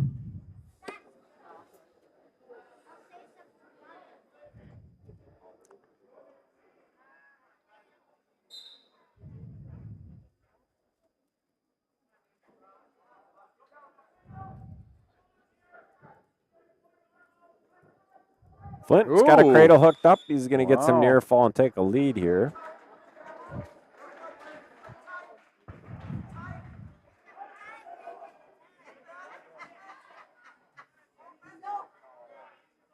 Staples, the wrestler, able to straighten his leg and get out of there, and now he's. Well, Daniel was ahead 1-0, I guess, so now he's up 4-0.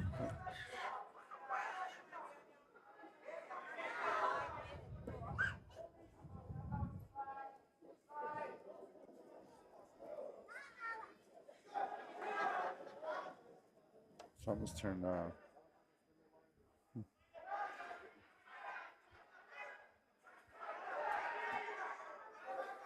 It's got to be in phone.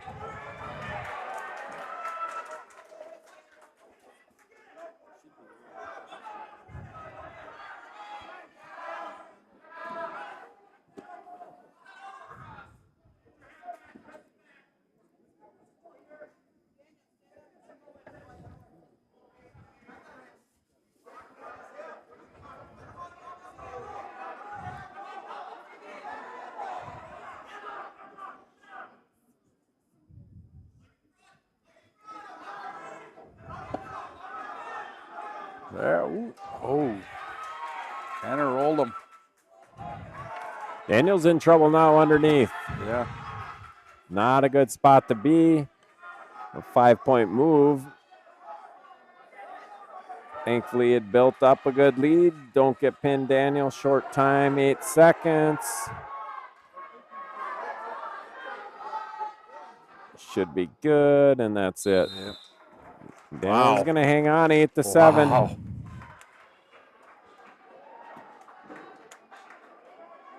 We got Cesario Brazino coming on next. No, or Colin Wentland.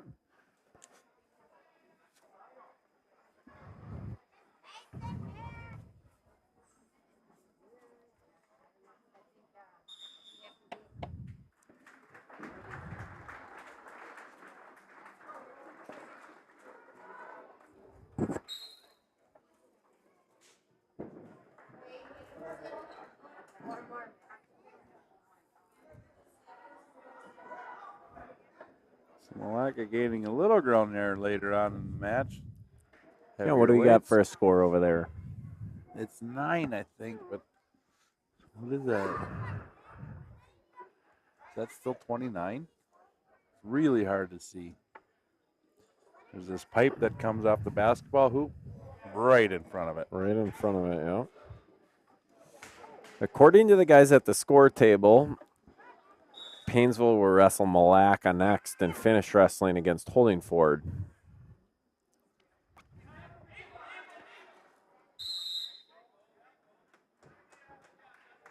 Little action, no points. Minute 14 left in the first period.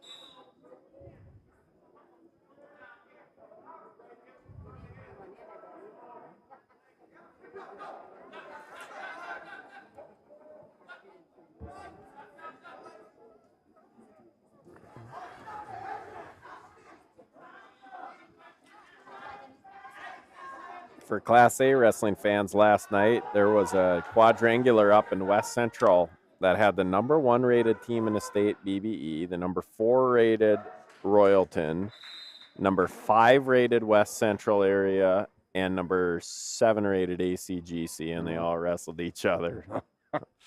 So that was last night, and Barrett, I believe, is where that high school is at, West Central area.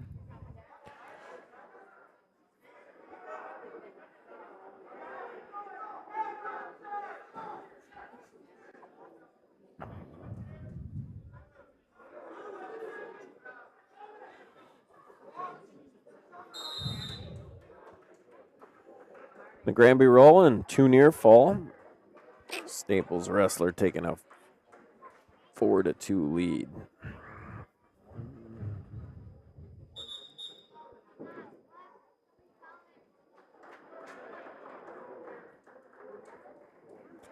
£182 on the Staples Milaca duel.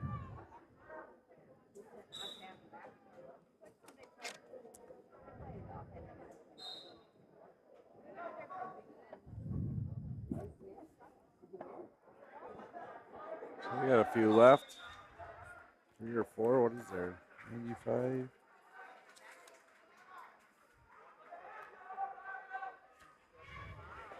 Cesario's in a little bit of trouble here in the cradle.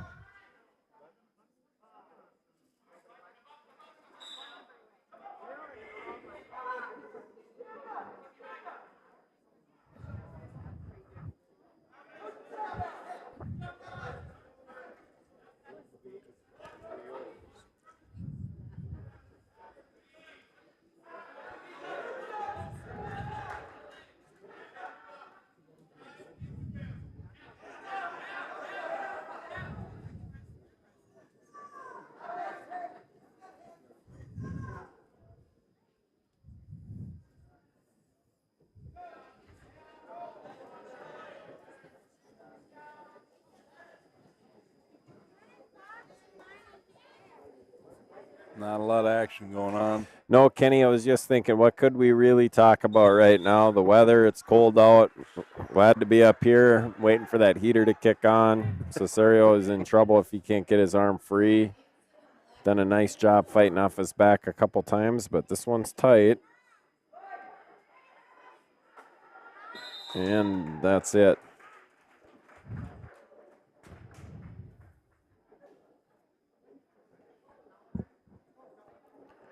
Yep.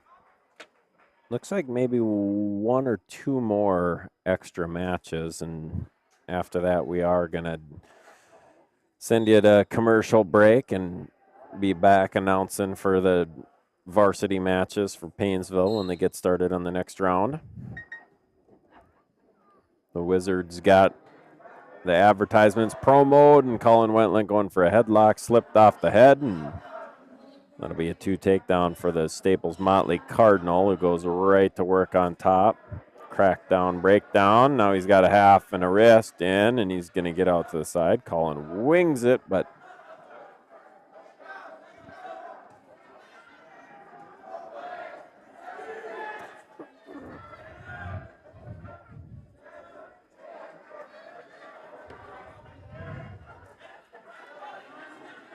Yeah, should stay out maybe. Get out of that circle. yep, he's in trouble, and that's going to be a long minute for him at this rate. But he's doing his best to keep the shoulders up, and the official says not any longer, and that's a pin. We got Sam Brick coming up.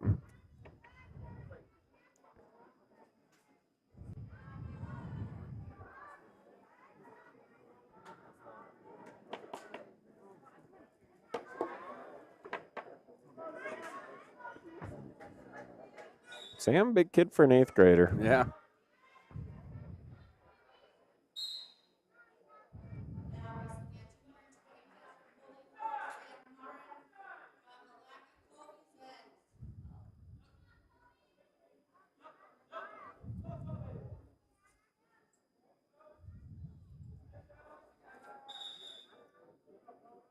Big guys wrestle a little different than little guys. Yeah. Action's Same not wrestling. quite as quick. Slow motion. A little bit more methodical. Yeah. Probably because they're smarter, thinking things through, right, Kenny? Got more time to think about it. You know, Yeah. those 220 heavyweight shaped bodies always have a lot bigger brain.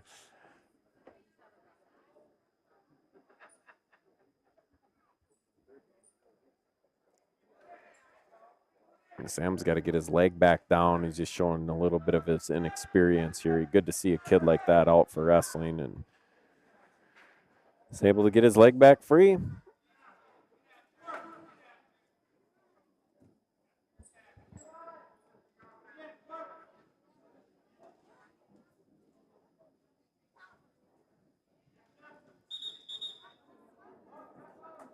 This is the time of the year for high school sports where the seasons go quick and you get into playoffs real quickly. Yep. Next week already, the wrestling will have team section seedings out, and the following week we'll start the section playoffs.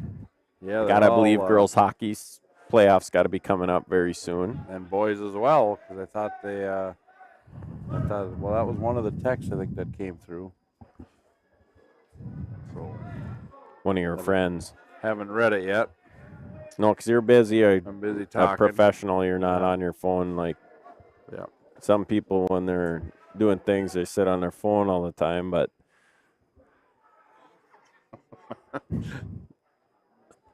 only people that are talented that can do a couple things at once. 0-0 at the end of the first period. Sam did a good job fending off a couple takedowns. Dodged that disc there. Yeah, quick footwork there, huh? Yep. Woo. Wrestler at from Holdingford. That was their starting running back. He had 7 rushing touchdowns against Montevideo one game this year. I think it was 7.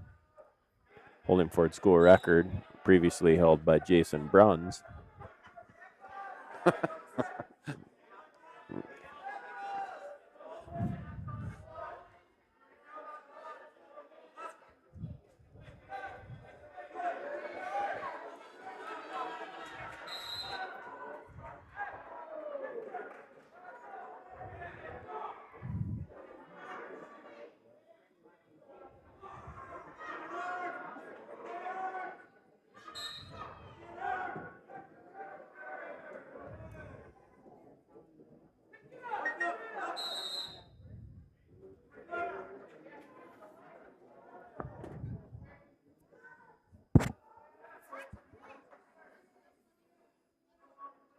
I'm impressed with Sam for a first-year wrestler. 0-0 first period, and he's doing the right things on top, trying to break him down. Looks like he may be giving up a little bit of weight. Yeah, I would think. Sam weighed in at 206, and Staples' kid weighed 221.3. We're on our feet, and a 1-0 lead for Petrich. But an 8th grader and a 9th grader. That should be a point, yeah.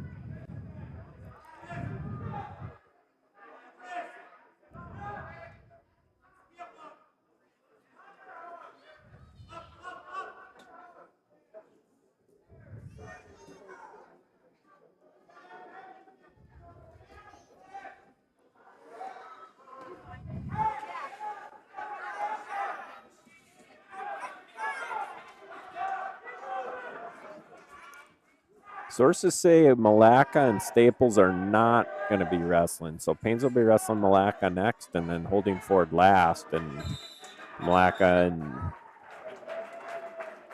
and Staples and Holdingford to be wrestling next round. And then Milaca and Staples will be out of here.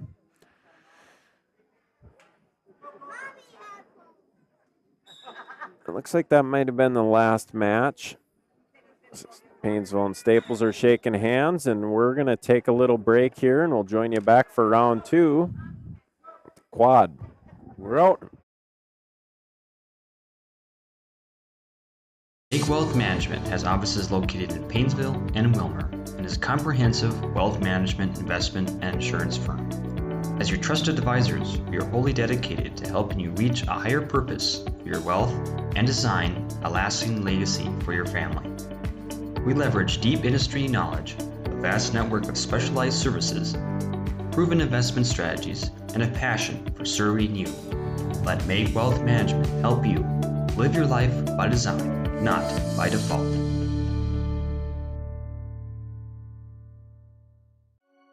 When everything is in one place, it's easier to stay focused on your own life. At Central Minnesota Credit Union, we've streamlined our financial tools to ensure you have everything you need all under one roof. Whether you're starting a family, starting a business, or buying a home, CMCU is here to be a trusted financial partner. CMCU offers free checking options and a network of financial experts. Because when everything is in one place, it's easier to stay focused on your own life.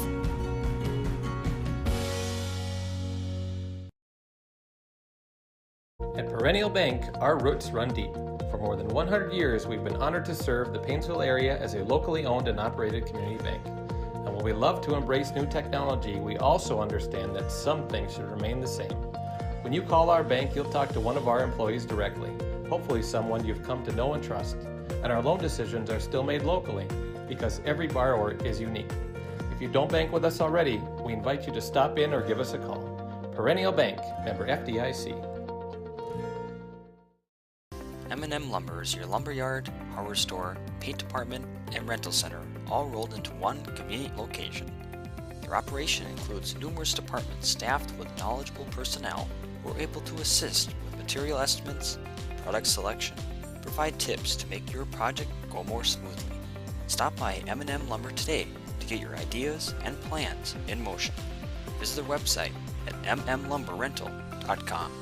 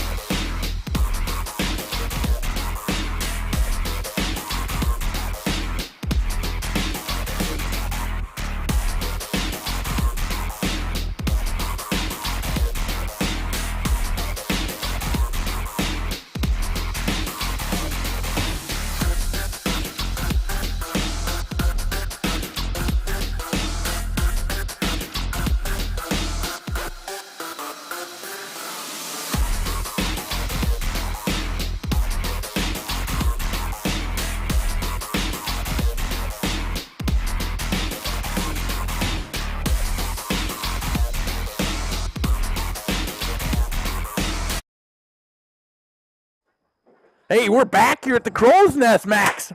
Round 2. That's right. Paynesville versus Milaca, round 2. Round 2, Holdingford and Staples Motley. And then round 3 will be just Paynesville and Holdingford. Milaca and Staples will be leaving. We got a question about a uniform issue here. We're up here with the producer, The Wizard. Mr. Bertram. So the official is making Carson Suki take his knee pad off, it looks like, because he was starting to take his Jason Magas as the strength of 7 Spartan warriors rips that right off. And we're off 0-0. I did not catch the wrestlers' names. This is Carson Suki from Paynesville. If we go by the program here, we're going to have Lincoln Starr from Milaca, if that's correct. He's an 8th grader with a 13-9 record. And he's working a front headlock position here. And he's got it hooked up into an inside cradle. He's awarded 2, gets behind.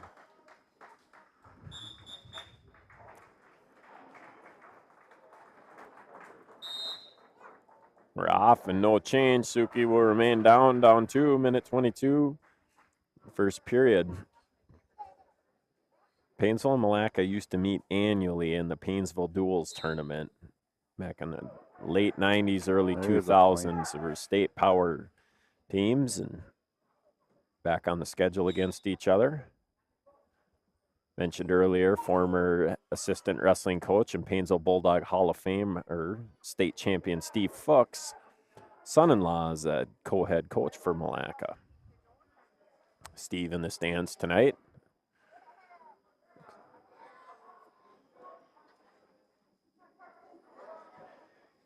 Back in the neutral position, and Suki hits a headlock. He's got him. That's 2. That's good. Keep your leg out front. He gets his leg hooked. And remember that first match tonight, Kenny, that same thing happened. He's got to get his foot out of there so he doesn't get rolled through. He's going to get his through near fall. Lift on that head, Carson.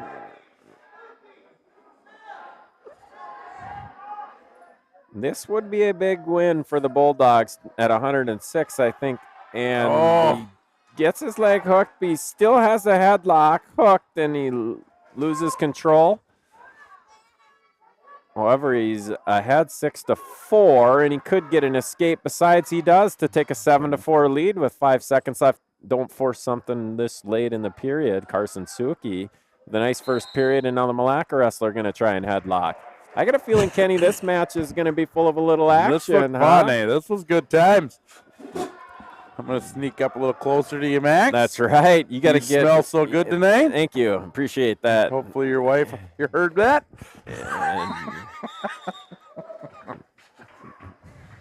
No comment, Kenny, on that one. I heard it got really quiet all of a sudden. You were just like that with a big smile on your face. You know exactly where that one's going to end up. But anyways, Carson riding a half Nelson. He's got his head hooked. He's got to get his head out of there. He's going to end up on his back now, and he's going to belly out, giving up near fall, and he's in there tight. Now the Milaca wrestler is going to work for a pin, and either way, this is going to be a big win for whichever team can grab this in an even toss-up back and forth match.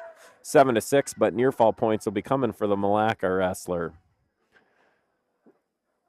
Carson Suki working hard to keep his shoulders up, and he does get pinned in the fall time of 2 minutes and 41 seconds, and Milaca takes a 6-0 lead at 106, and that's a big win for Milaca Wolves, and if you're a Bulldog fan, that's a tough one, as Carson had his wrestler on his back in a headlock. The great first period flurry. But inexperience costs him, and now we got Mason McNabb for the Bulldogs.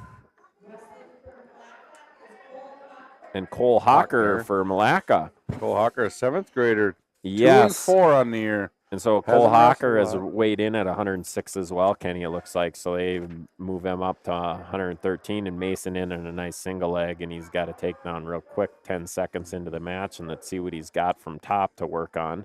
Mason, a pretty good arm bar, and he's rolling back the 2-on-1. And he is threading in an arm bar, and we'll see if he works a tilt or runs it. Going to pull him over his knee, and now he's going to get out and run it and traps the shoulder. Oh, yeah. It scoops the head. Mason's got a minute 25 here once he gets his near fall to try to get the fall. And the Milaca kid is flexible to say the least. Yeah. Working to get off his back. But I can do that. again, yeah, Kenny, I believe that. Yeah. I suppose you're used to getting in a position like this, whereas a lot of us are used to being where Mason's at. On top. Yeah. Now he scoops it into a headlock if he can lift that head. And Milaca wrestler got to try to get his arms through somehow. Mason doing a good job. But time is ticking, and he's able to get to his belly, and it's a 5-0 lead for McNabb. McNabb rolling the wrist back once again, see if he goes right back to the bar arm. I'd like to see him drive on his toes. He could run that guy right over that arm instead of try to pull the arm back, but he's going to get it back there anyways. There he's up on his toes a little bit more. He's like, hey, you're letting your arm in there. And no, I'm like a kid's doing a good job trying to take it away, and Mason is staying at it, and one move to the next, and 10 seconds left in the period. Keeping good pressure on him, and looks like we're going to go into the second period. Ooh. Give him 2 near fall? No, I didn't think there was that much time left. So we're going to go into the second period, 5-0. Mason with the lead. Milaca wrestler's going to defer. We'll see if McNabb goes down. Coach Ryder says, what about on your feet? And sure enough, McNabb picks neutral.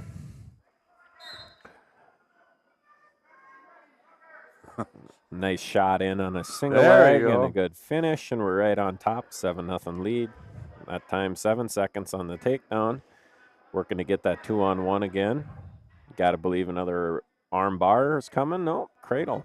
Cross-face cradle. Mason doing a good job going from one move to the next, Kenny.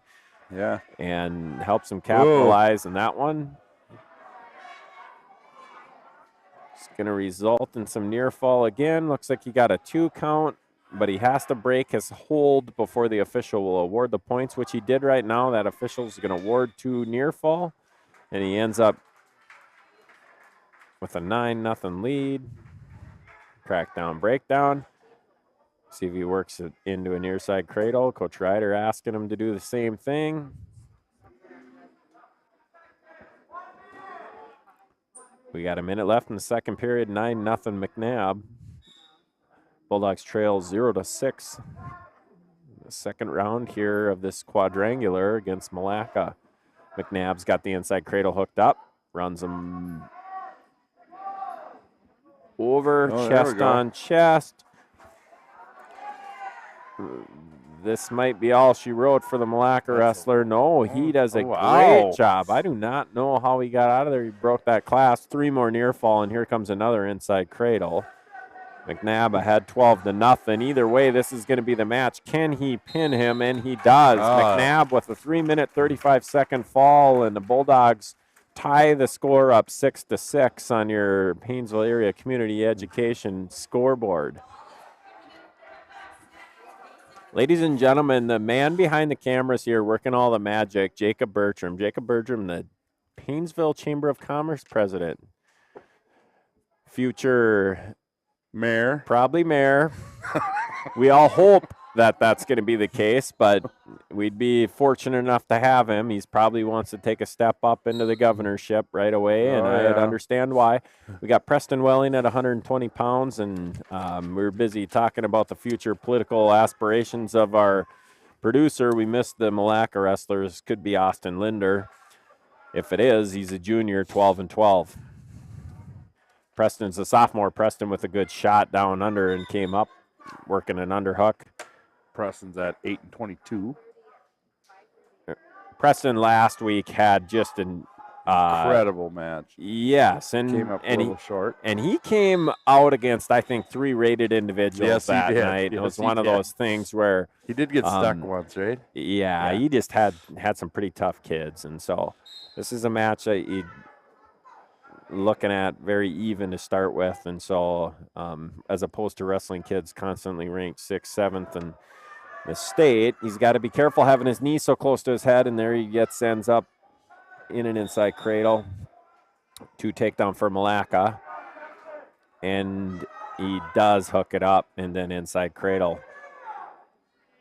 Anytime you bring your head close to your knee, Kenny, you're in trouble, unless you got some hand control so they can't hook up a pinning combination. Preston does a good job, and now works to hit a Granby. Milaca wrestler follows and hooks the leg, which should all but take that away, but if he can clear his leg back out and go again.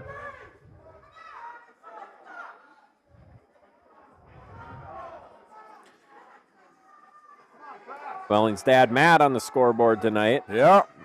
Also wrestling a little bit the match, and we're back in neutral, and Preston does a good job standing up, fending off the bear hug and getting his point. 2-1, 22 seconds left in on a shot, unable to finish and off the mat. Tell you what, give Preston credit. He pushes the envelope here, and he's getting after it as far as offense goes. 10 seconds. 10 seconds. We got Drake Orston, the tapper, future Bulldog, out there getting ready to let the official know. And if you're just joining us, Staples and Holdingford on the left-hand side of your screen. That clock is not up. We'll do our best. Holdingford, as far as the far scoreboard, the basketball hoop is in the way, so it's hard to see. It looks like the Staples wrestler is winning 7-2. Ooh, Preston. Goes down. 2 takedown.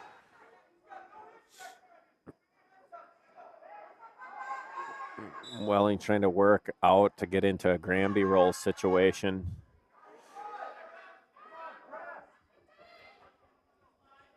A 2-on-1 and look for the Milaca wrestler to try to hit a tilt here. Preston's going to clear his wrist in order to get free. He's up to his feet and he's out. He's going to get a point for neutral. He's down 4-2, but Preston has been in this match as far as having a threat on his feet, and he's 1 takedown. Ooh, great setup, good shot, just missed the leg, and now a counter by Milaca. 2 takedown, and Welling quickly out, and it's 6-3, but that lead just got widened for Milaca. This time Welling gets the leg on his hip, working to come out the back door.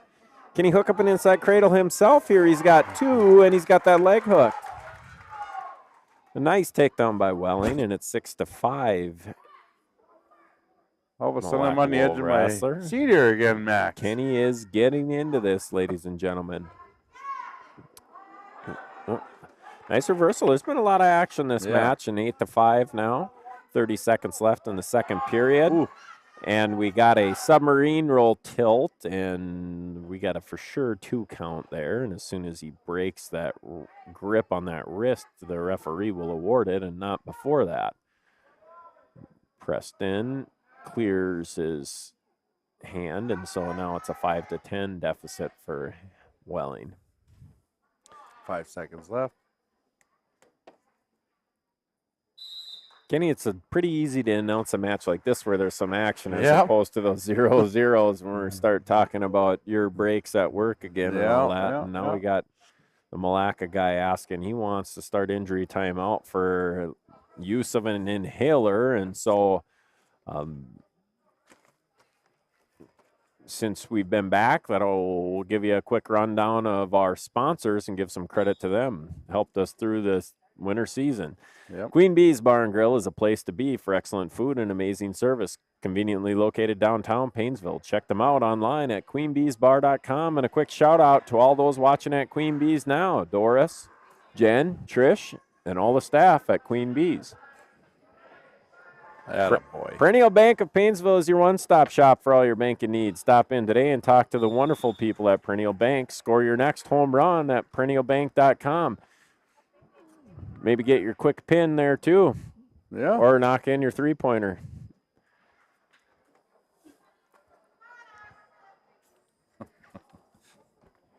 And we're back here. Caution. Welling moving before the whistle, trying to jump the gun.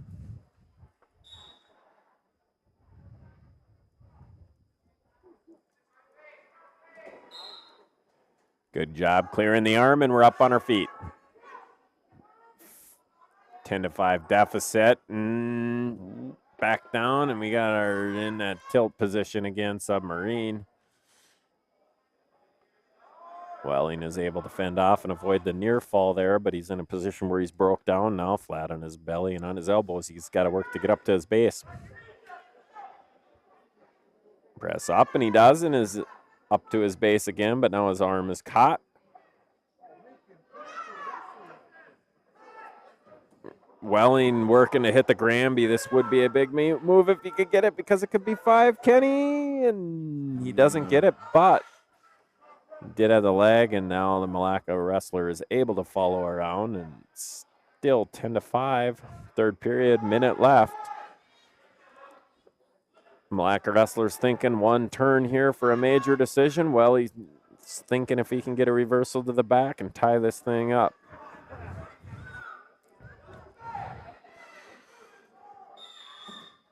Scoring slowed down this period, but the action remains. Welling looking to stand up, and a counter by Milaca wrestler for a cradle, and he's got him. If he can catch the head, just so close, can't quite finish the move.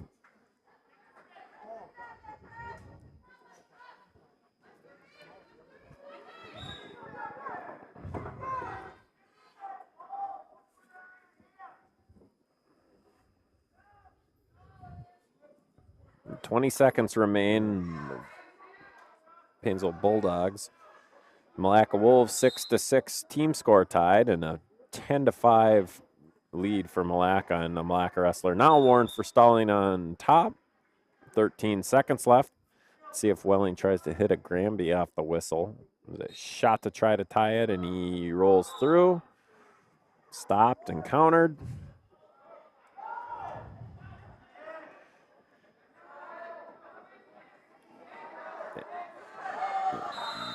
That'll be the match, and the victor by decision. They don't want to quit. Nope, they wanted to Now keep going. Too little, too late. Yep. And so we're going to head to 126 pounds. And So 126. Mason? Mason Hansen wrestled on the JV, and so Paynesville Bulldogs are going to forfeit. Okay.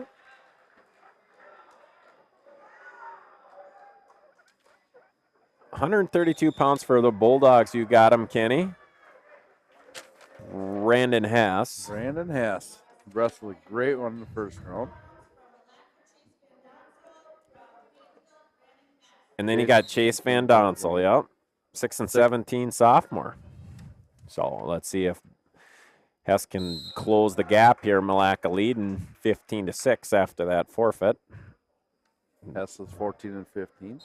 He's also a sophomore.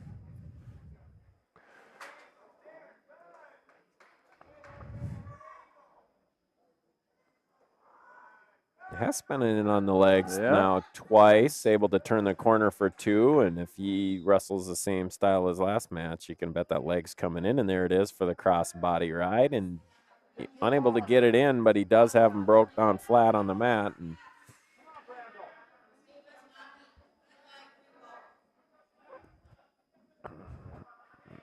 the Staples Motley Holdingford match just getting started for you Holdingford and Staples Motley fans tuning in. That's at 106. And looks like Eli Greenwald, a 27 and 9 eighth grader, and the third ranked in state 106 pounder from Holdingford. Reversal by Milaca ties the score up, but there's a minute left, and Hess has been tough to ride so far today. Let's see if he can't get out. Now he has given his arm up and able to fight forward on it. Brandon looking to clear his hips and hit a switch.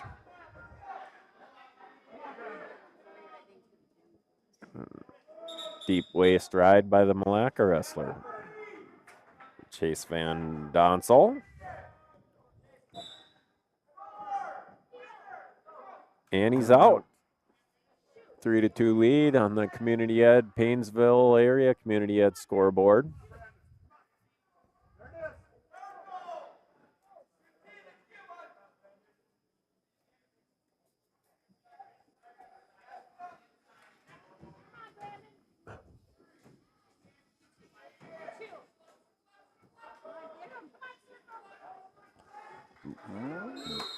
Oh, time.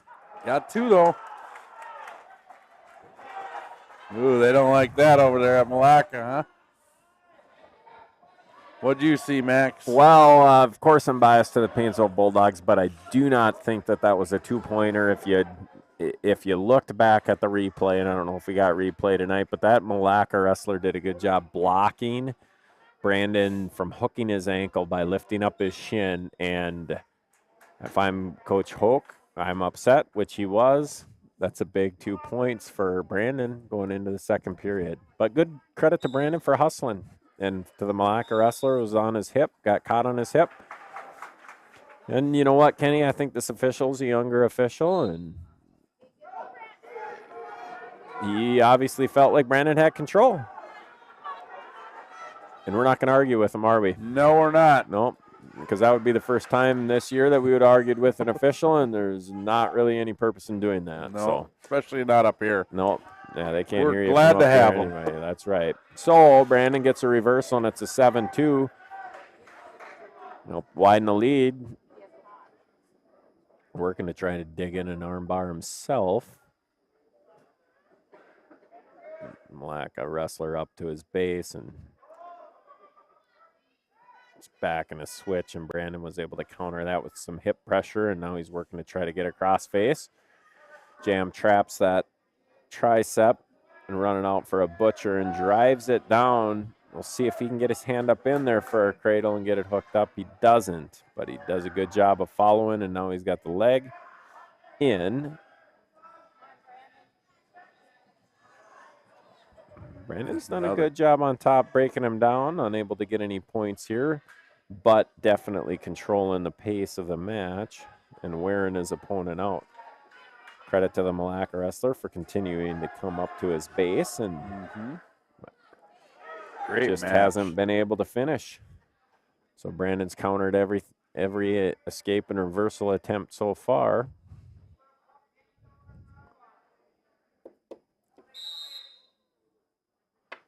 We got a warning on stalling. I don't know about that, Kenny, because we had been trying to run a crossface cradle, working the legs.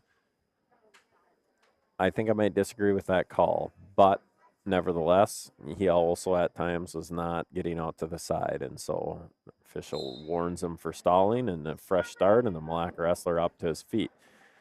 Brandon now working a power half, coming across to a crossface. So you see he's getting out to the side and trying to turn things. It's not like he's, and now he goes back to the ankle, but he does have to break the guy down too.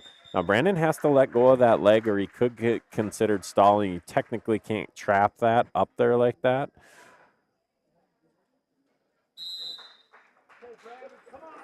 And so Brandon with a 7-2 reversal lead. and rides him out for a 5-point lead. Brandon up, down.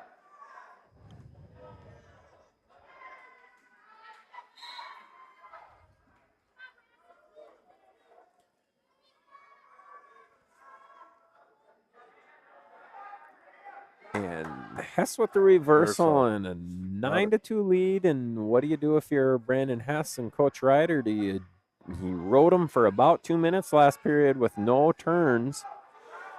He's ahead by 7. Do you go to your feet and try to get a takedown to make it a major decision, or do you go for a turn? Maybe ride him for a little bit and see what happens, and then you might have to cut him. Meaning let him go, Kenny. Yep, I figured. Catching on. Kenny is a quick learner. I learned good. Yes. So now is maybe the time where you're just going to let him go and see if you can't get a takedown to get that team point. Bulldogs may need every point. Yep, and Coach Ryder says that same thing. Let him go. And now we're on our feet. Brandon's still ahead by 6 points, and a takedown would widen the lead to 8 for a major. Of course, he'd have to ride him out and maintain that all the way to the end. He's in on a single leg. Comes up over the back. With 40 seconds left, what do you do? Do you let him go and do it one more time? Now, if this Milaca kid gets an escape or a major, or Brandon gets called for stalling, the lead is back to 7. So, like so, Brandon follows, and now we're in pretty good position if you're a Bulldog fan with the leg hooked. And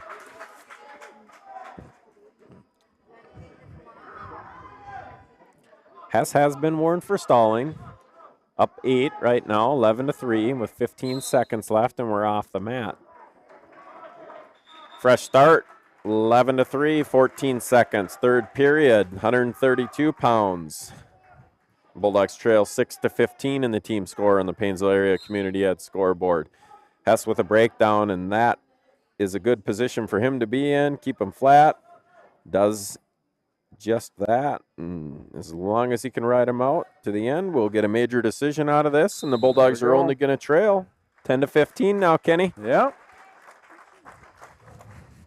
That was a fun match. Yes. It was a good move by the Bulldogs to have Brandon let him go so they could get after it. Well, the 138 one got some options here, huh? 138 pounds of Bulldogs are going to put out Mitchell Blon again. Freshman, 1-6. Milaca, I think this is Jack Shaneborn. They're about to announce.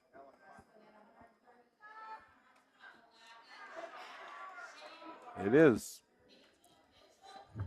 Sometimes when you can hear the other team say, "Come on, Jack," and then you look on the roster and it says Jack Shaneborn, you take your best Paynesville guess and get it right.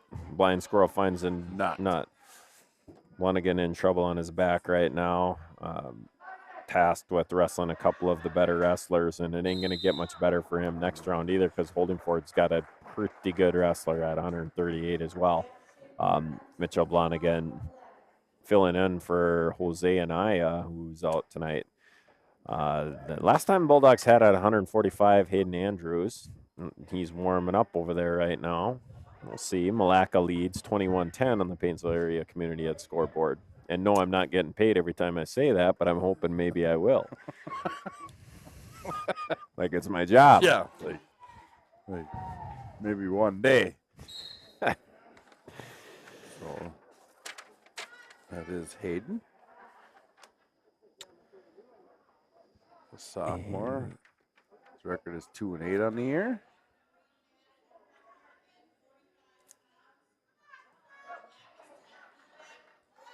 Seth Nowak is a 10-16 junior, and he's got Hayden Andrews on his back with a takedown. And I don't think this looks like too tight of a pinning combination, but it's going to result in a 5-point move, and Hayden's going to find himself in a 0-5 deficit.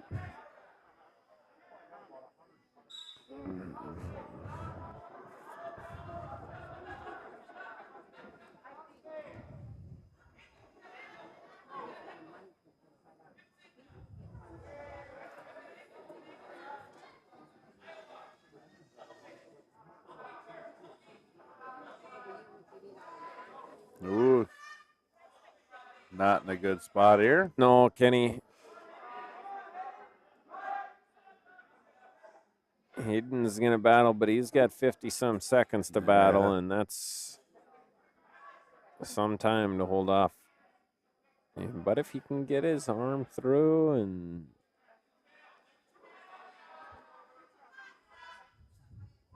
sometimes the more you adjust, the tighter it gets, and other times you can get space, and that's going to do it. And so a fall in 1:28 for Seth Nowak, the junior from Milaca, and that'll widen the team score. Milaca's leading 27-10. Paynesville looks like 152 pounds will be sending out the senior, TLC Trenton LeClaire. 4-24 in the year. Milaca's got a junior Caleb Sahlstrom, 15-8.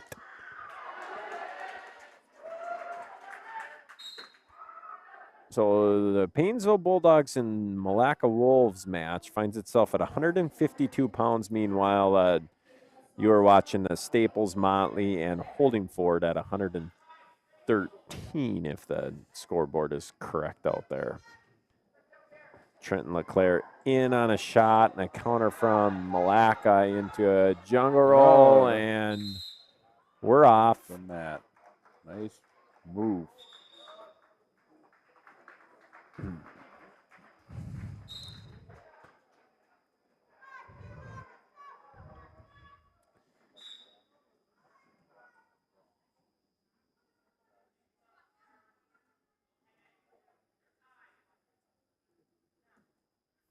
Both wrestlers getting out of the ear-to-ear collar tie.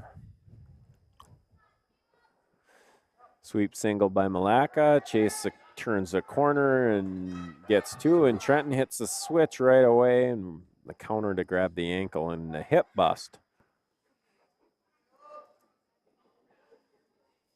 So a minute left in the first period.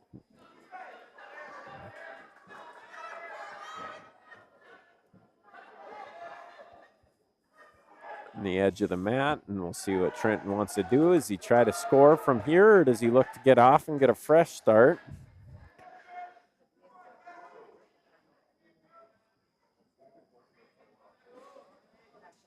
Two-on-one tilt.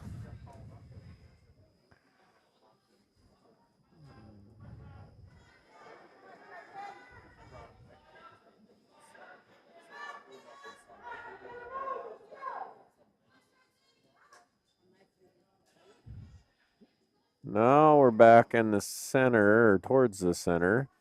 I think a 2 count by the official so far. He is getting near fall, and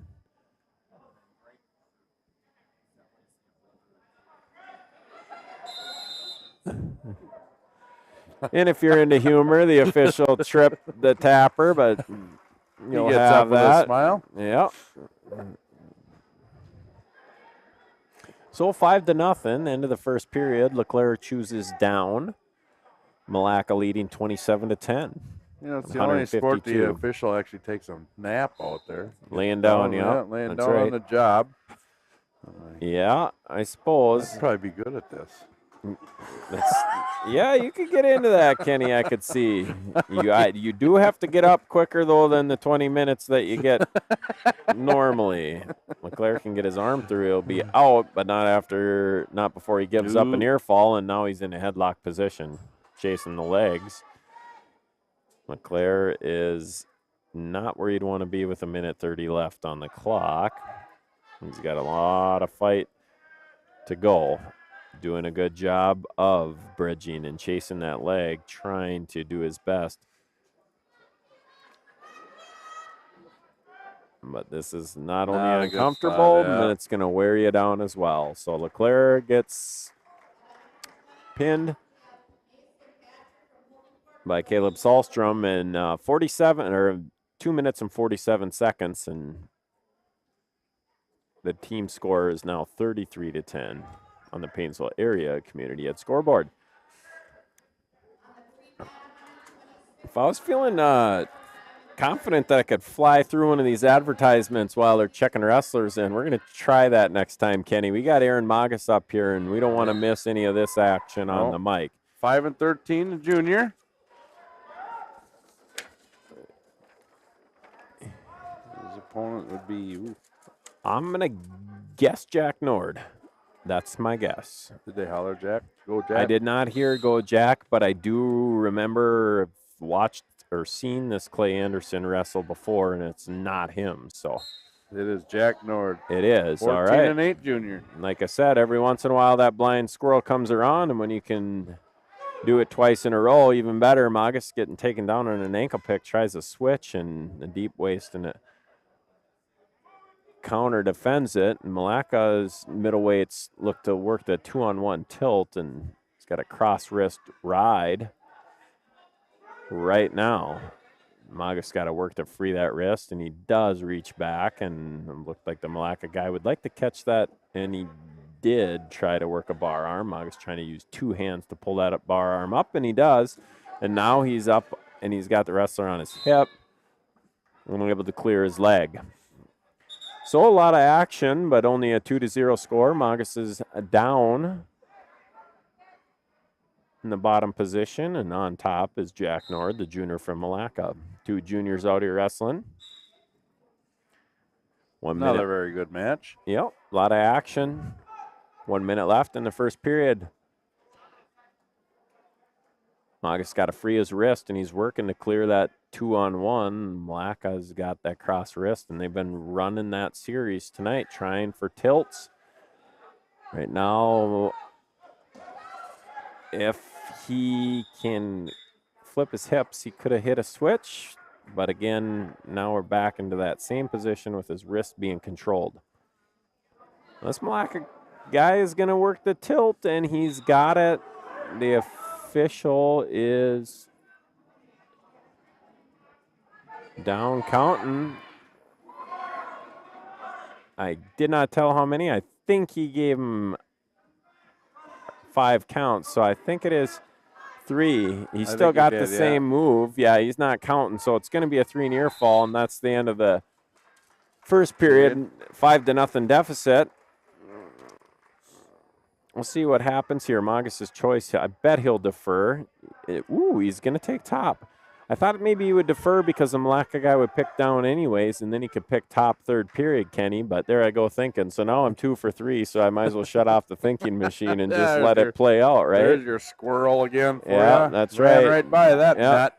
That time I went back to the nest empty-handed, which has happened a time or two before. Happens to the best of us. Magus getting on top. You know the legs are coming in underneath the arms. Gets it in. Got the left boot in.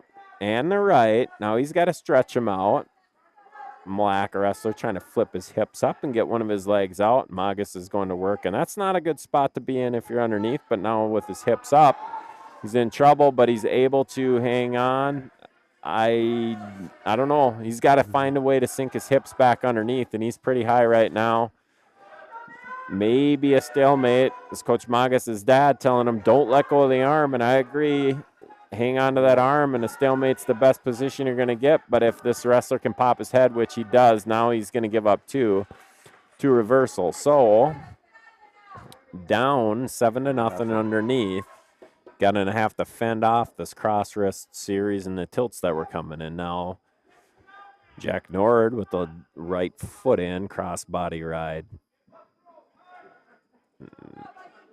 Somewhat of a hip slam attempt by Magus. Working to dig his leg out. 50 seconds left. And control, pressuring back into him. Slam around the hip. And Nord follows around, now working a cradle. Magus likes to ride this style from on top, and now he's having to counter it from underneath, and Nord's got a cradle hooked up. Been able to get a couple turns so far. Straightening a leg and busting the clasp.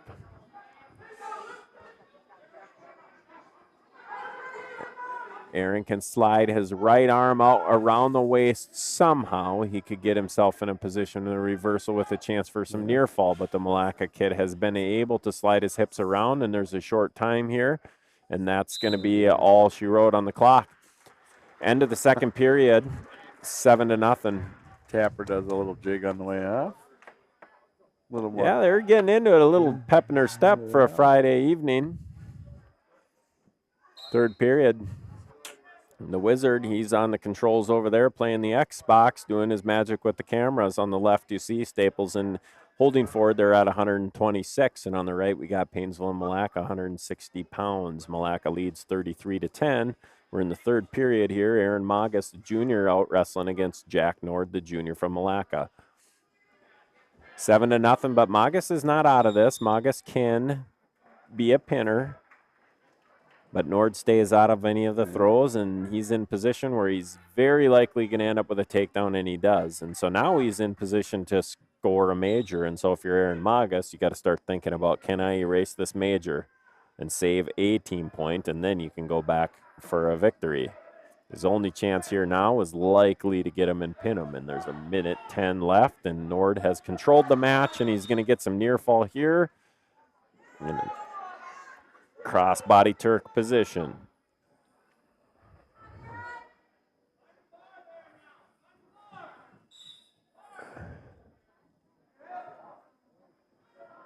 And 12-0. Yeah. You know, Magas, for as many times as he's been so close to scoring, the score of this match has widened out, but it has been somewhat even physically. But Nord's technique has just prevailed. And if he can get a turn here, he's going to tech fall him. But Magas does a great job getting his shoulders down, fighting to keep his hips down, which he does, 30 seconds. Now what's crossing your mind is how much do you open yourself up, Aaron, because you don't want to get turned one more time. Do you just try to get clock to expire, or do you risk it all and see if you can't catch him to pin him? 10 seconds left. Don't give up another turn. Very likely going to finish in a major decision for Milaca, and if that's the case, it's going to be 37-10 on the team score. Milaca takes a 37-10 lead after 160. Paynesville's got some of the meat of their lineup coming up, but Milaca's got some pretty good wrestlers up top too. We'll see what happens. That's where Milaca actually gained ground on Holdingford. Correct. Yes. And that was that finished. What did I say? 38-27. You asked me to remember, which was a curse you knew I was going to forget the moment you said that. If you said, hey, why don't you forget the score by the time you get up there, sure it would have been ingrained in my mind. Seth Verrier, 170 pounds, wrestling Clay Anderson. He weighed in at 160, a junior. So you got sophomore on junior. Seth, a second-year wrestler, but look at him. He's put together and strong. Yes. Seth, extremely explosive. Can be hard to score on, very inexperienced. Raw wrestler. Working to try to get an inside tie.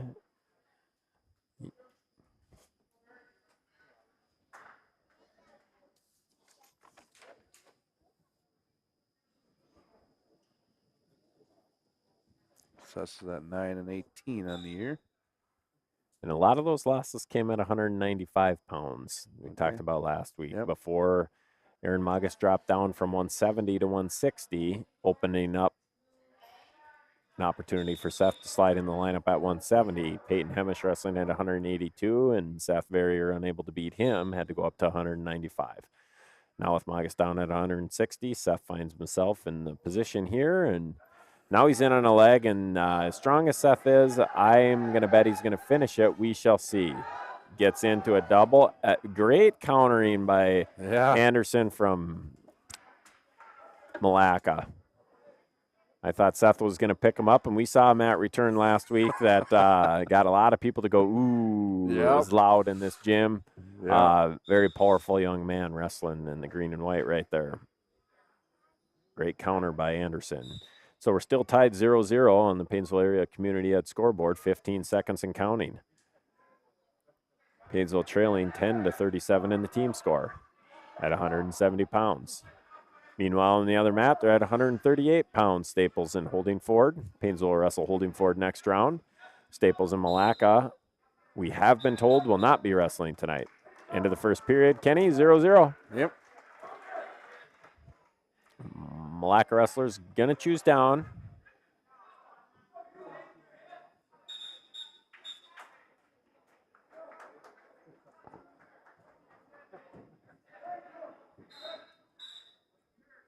Works the sit out.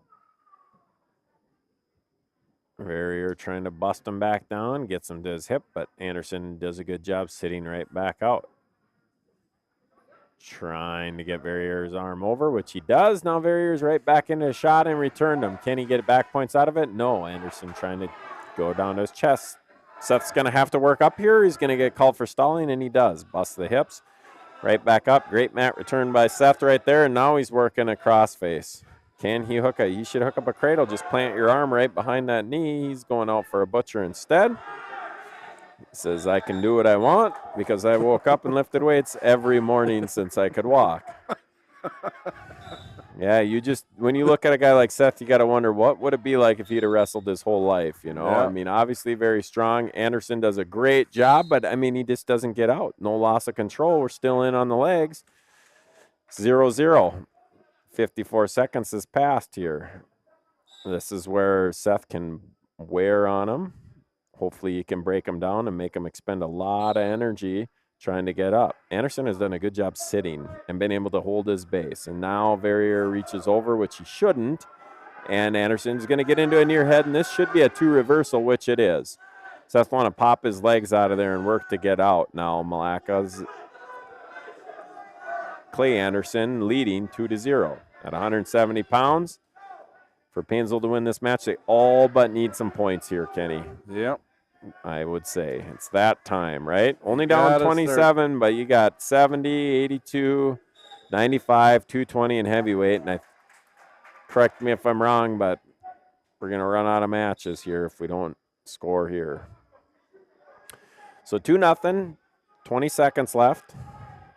Verrier's very explosive. Could stand up at any moment.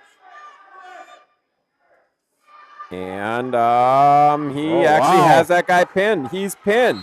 Yeah. And he is. Verrier pins him. That is a what known as a defensive pin. Offensive move. Just a strong kid, Kenny. Seth very excited. Gets a pin. And a defensive pin at that. There was your replay. The Wizard. Right on top of that, and you got a pin. Seth Verrier, hats off to you. Good for you, Seth. And now Paynesville has tightened that score just a little bit, 16-37. And Peyton Hemish, the 9th grader,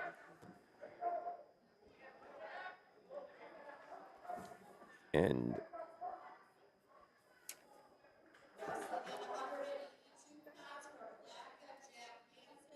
Jack Hansen, 10th grader. He is Hamish good wrestler in too. on an underhook right away. Jack Hansen's at Hansen trying to clear it. 19-8 sophomore. Peyton's at 17-5. 17-5 freshman. Bear hug and working on a counter. Someone's going to get thrown here, and they're off the mat. And we were kind of looking forward to it. Yes, we were, Kenny. I was even ready to kind of reposition so I didn't miss it. Yeah. Up here in the crow's nest. At our scoreboard shot. says 0-0. 0-0, yep. Don't try that. Yep. And that's why I was recommending not trying that, because Peyton's having none of that. I think you're going to end up seeing 2 pins in a row here for the Bulldogs. It's a long time to fight off your back, and there it is. Wow. Peyton Hemish with a pin. Attaboy, Peyton. Some things you just don't try, and that's one, right? You don't tug on Superman's cape. You don't spit in the wind. You don't pull a mask off the old Lone Ranger, and you're not going to throw Peyton. That's right.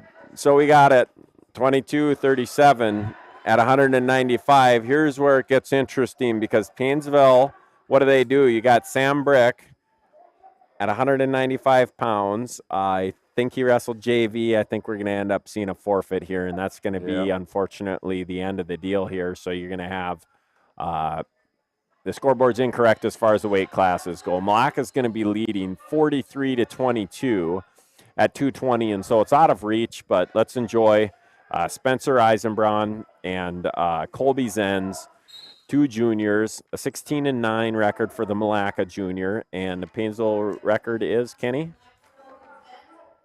22-3. 22-3. So the number 9 ranked kid in AA and the number 9 ranked kid in Class A, Spencer Eisenbraun and Colby Zenz. Milaca has sealed up the win.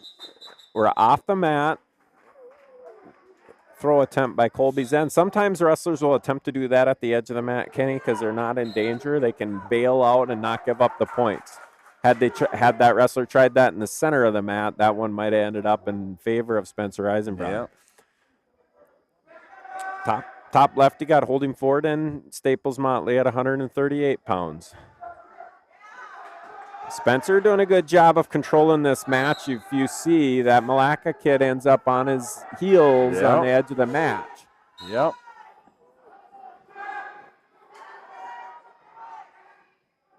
Grandson of Coach Boggs. Yes, Hall of Famer Coach Verge Vogley. He's probably down in Mexico right now enjoying some sun. Mazatlan, maybe, where he used to vacation in the winter. Likes to come back around section individual time. Still catch him watching wrestling and going to the state tournament. Getting away from that brutal cold. And if he is out of here this week, good for him. Yeah. Right? You wouldn't really wish this cold on any of your enemies. Looks like at 138 pounds over there, you got rated wrestler Drew Lang from Holdingford and also rated Colby Tappy, and it's a 2-2 match in overtime. Just for you viewers from Staples and Holdingford watching that, you're in overtime on the top left corner. And we're, of course, biased, and Spencer with a throw by. If he can bring him to the mat, it's 2, and that is 2. That's control for Spencer Eisenbrun. Great throw by and takedown. Spencer up 2-0, 23 seconds. That was a big takedown. Now here, if he gives up 1, don't give up 2. Preferably break him down and finish this period on top, Spencer.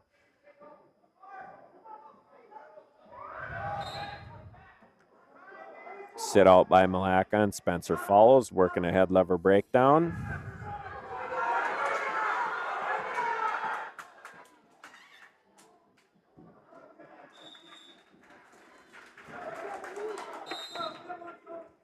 And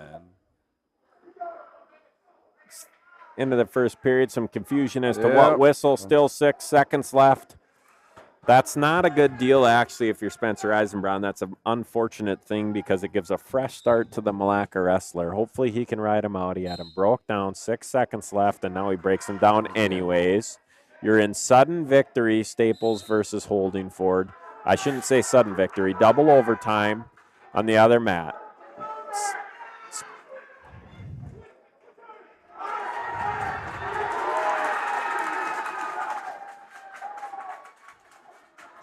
Drew Lang with the reversal. And so what's going to happen here is the next 30 seconds is going to be a choice for Colby Tappy, and he's probably going to go down. He's down 2 points. Spencer Eisenbrun with a quick escape, 7 seconds or so, and a 3-0 lead over the number 9 rated AA wrestler, Colby Zenz from Milaca. We've got great action in Paynesville High School gym right now going on. You have 2 rated individuals on the green mat, Staples and Holdingford. You got 2 rated individuals on the black and green mat, Milaca and Paynesville.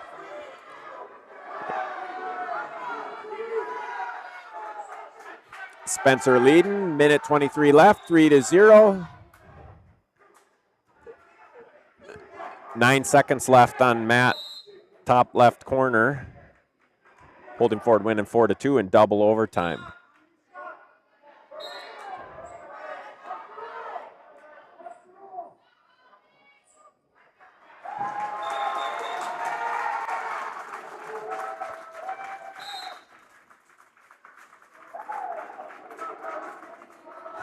minute 4 here. Spencer's still up 3-0. Big win for Drew Lang from Holdingford on the left mat. Paynesville wrestling Milaca on the right mat. Bottom right, 22-43. Paynesville trails on the Paynesville area community at scoreboard. Spencer Eisenbrun with a 3-0 lead over the number 9 rated 220-pounder in Class AA, Colby Zenz. Wizard, that's probably the first time you're ever producing 2 cameras, 4 wrestlers, all 4 rated. He's sweating over here. Yeah, that one We're was just having a good time. Yeah. He's over there just sweating away. Making it happen behind the scenes. Your wizard, Jacob Bertram. Your future mayor and then governor. Mayor of Paynesville, governor of Minnesota. Maybe off to bigger and better. Yeah. Won't be long. Probably senator, state senator, U.S. senator, and then probably president of the United States. Spencer Eisenbrun working the top position. Up 5-0, 20 seconds left. We've talked plenty of times about finishing every period on top. If Spencer can do that, he's going to be in great position with a 5-0 lead. But you can't count your chickens before they're hatched, can you, Kenny? Nope. And not every blind squirrel gets a nut. Nope, that's right. And that is the unfortunate part, but that's life. Yep. You win some, you lose some. Right now, Spencer's winning 5-0.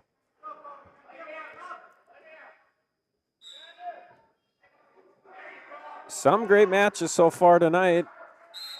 You can't help but think about some of them that got away when you had chances. Yeah.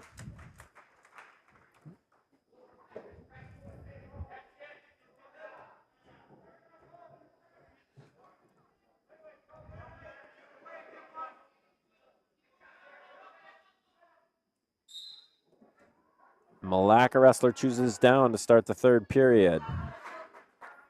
Sits out, hips back. Eisenbrand follows nicely and now has an ankle hooked. Working that head lever breakdown. A 5-0 lead, third period. Can he roll them?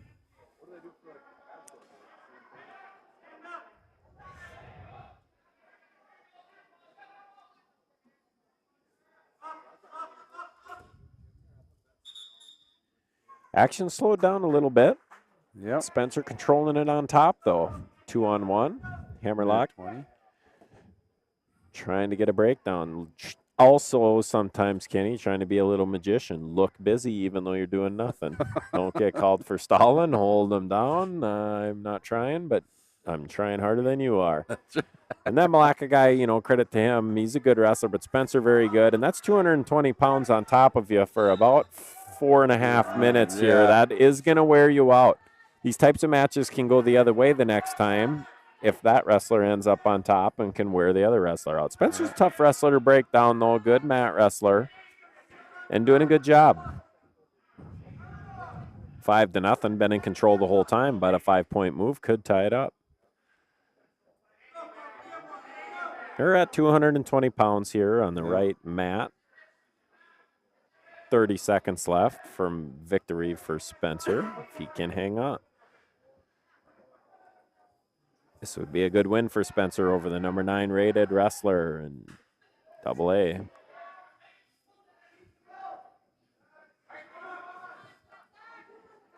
Ten seconds and counting.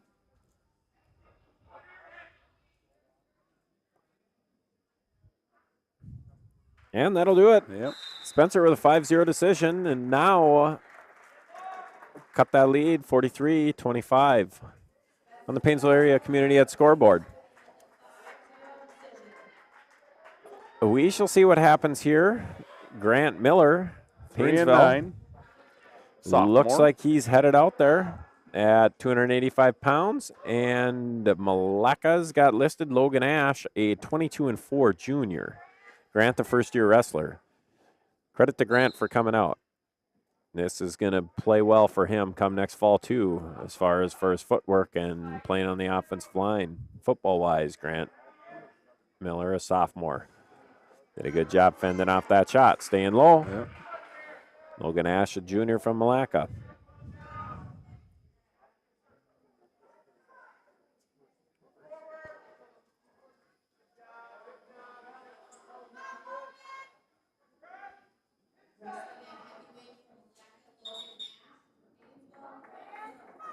And a 2 takedown for Milaca. He's got that arm barred up, and that's not a good position for Miller, who almost had that arm cleared, and same story, long time to fight off. And is he going to be able to? And then that's also not a small individual laying on your shoulder, and that's all 54-second pinfall for Logan Ash, and Milaca's going to win the duel by a score of 49-25. We're going to take a little break here.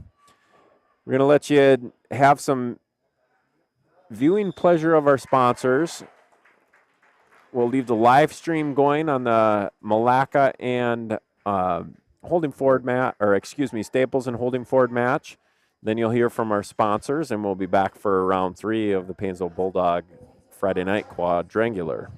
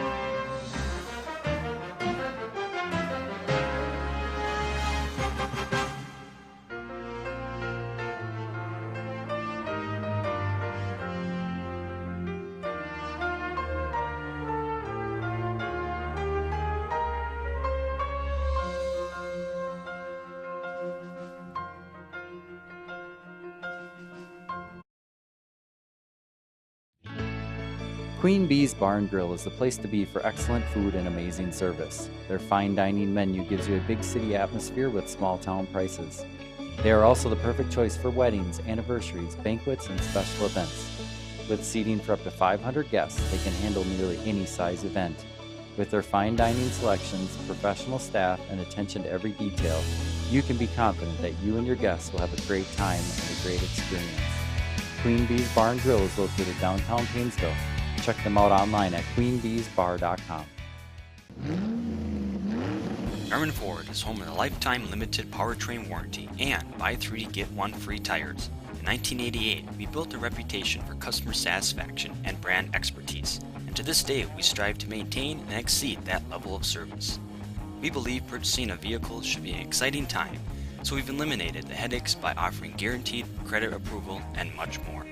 We also offer special buying programs for teachers, healthcare workers, veterans, active military, and first responders. Our fully certified service department is open 6 days a week and offers free pickup and delivery. More information can be found at yarmouthford.com.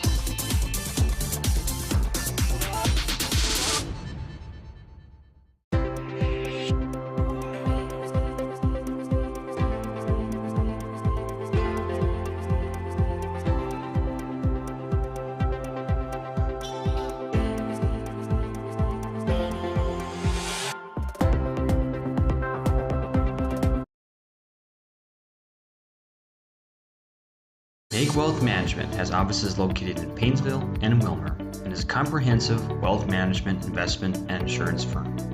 As your trusted advisors, we are wholly dedicated to helping you reach a higher purpose for your wealth and design a lasting legacy for your family. We leverage deep industry knowledge, a vast network of specialized services, proven investment strategies, and a passion for serving you. Let Make Wealth Management help you live your life by design, not by default.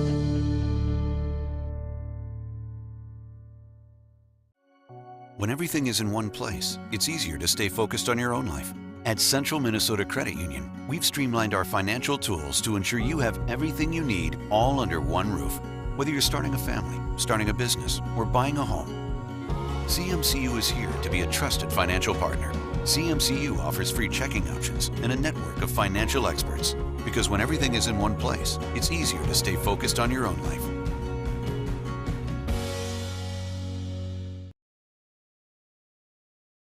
At Perennial Bank, our roots run deep.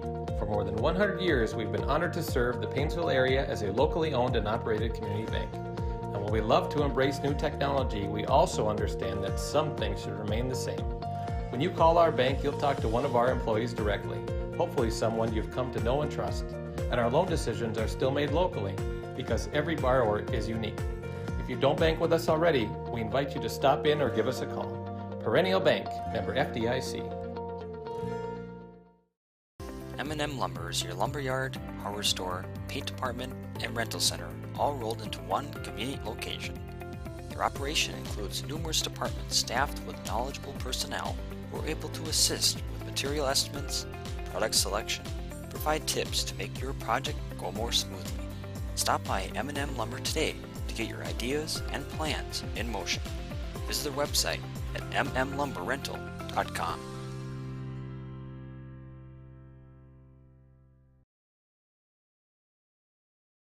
At Perennial Bank, our roots run deep. For more than 100 years, we've been honored to serve the Paynesville area as a locally owned and operated community bank. And while we love to embrace new technology, we also understand that some things should remain the same. When you call our bank, you'll talk to one of our employees directly, hopefully someone you've come to know and trust.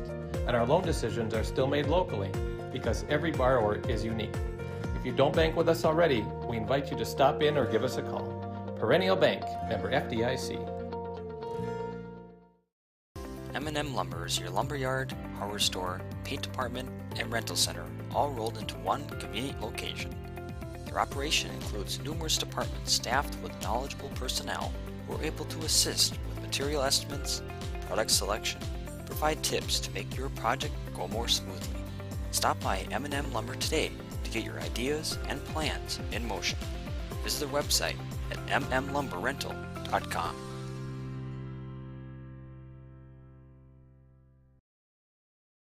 Make Wealth Management has offices located in Paynesville and in Wilmer and is a comprehensive wealth management, investment, and insurance firm.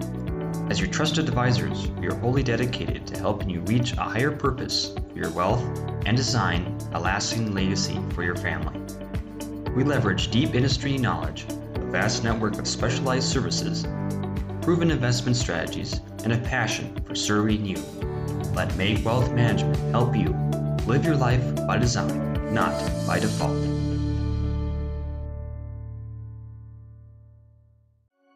When everything is in one place, it's easier to stay focused on your own life. At Central Minnesota Credit Union, we've streamlined our financial tools to ensure you have everything you need all under one roof. Whether you're starting a family, starting a business, or buying a home, CMCU is here to be a trusted financial partner. CMCU offers free checking options and a network of financial experts. Because when everything is in one place, it's easier to stay focused on your own life.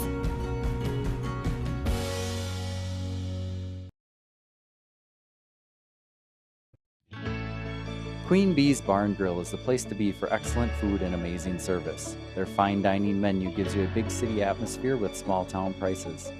They are also the perfect choice for weddings, anniversaries, banquets, and special events. With seating for up to 500 guests, they can handle nearly any size event.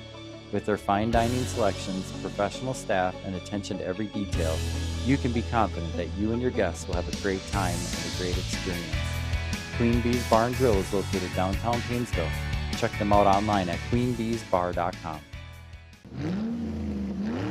Yarmouth Ford is home of the lifetime limited powertrain warranty and buy 3 to get 1 free tires. In 1988, we built a reputation for customer satisfaction and brand expertise, and to this day we strive to maintain and exceed that level of service.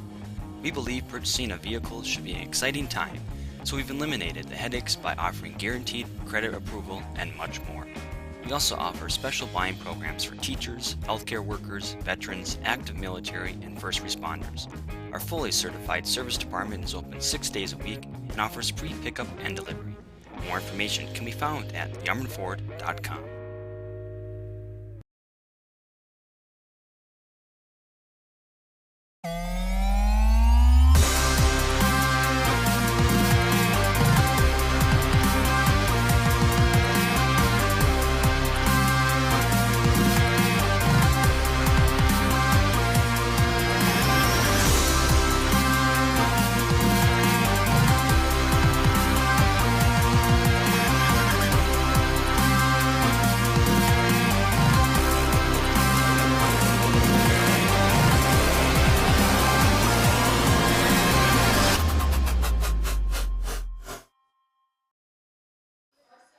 Hey, we're back at the Crow's Nest here with Max Maher and the Wizard. I'm Ken Ossendorf, the Blowhorn. We've got our first match here. Carson Suki and Wyatt. Nowitzki. Didn't put my glasses on, and they all look the same.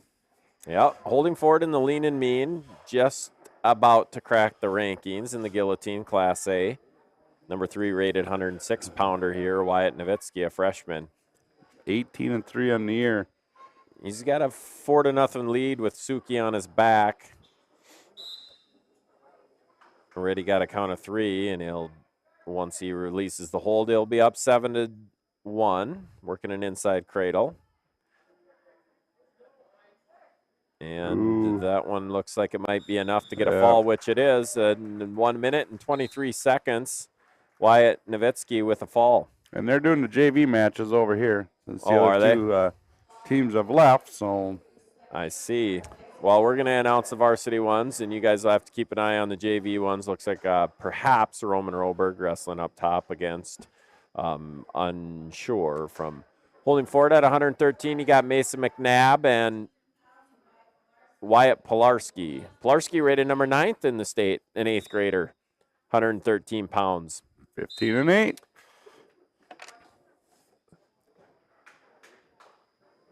Holdingford head coach Logan O'Lean. Logan, a former Canby Lancer, Paynesville wrestling historians will remember the great rivalry Paynesville and Canby had. McNabb had a good match here the last time. Hopefully Yes, he did. Continue that on with this ranked wrestler, Wyatt.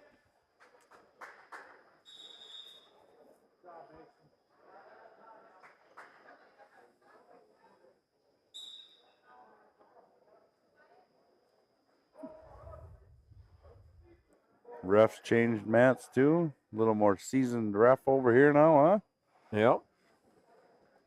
Hans Horning. They could be the father official out and of St. son. Cloud Officials Association. 0-0 score, 1 minute into the first period on your Central Minnesota, the Paynesville area community ed scoreboard. Not the Central Minnesota Credit Union, which is actually going to be Magnify Financial soon, Kenny, and 2 points for Pilarski on the takedown. McNabb with a flurry, but he's still going to be down off the mat.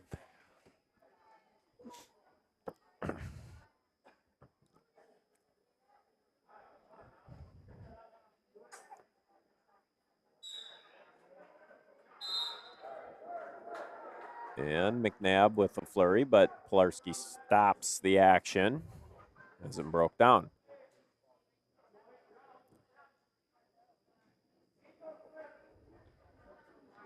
McNabb, I think, just trying to get away. Holdingford has a pretty nice young team and some good youth kids coming. They're going to be a team to watch in Class A for years to come. Right now, I would say the favorite in their section is going to be Royalton Uppsala. Also a Central Minnesota Conference full. McNabb tries a warrior throw, and he actually does scramble out of it and shoots in off the mat, creates some action. On the JV match, you got Braden Funk, Kirsten Hahn with his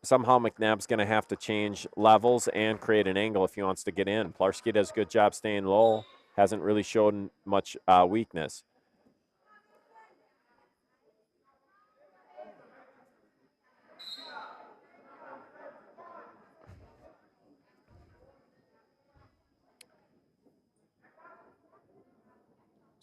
Elbow control.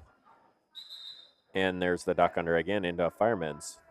Trying to pull it back up over the Kelly.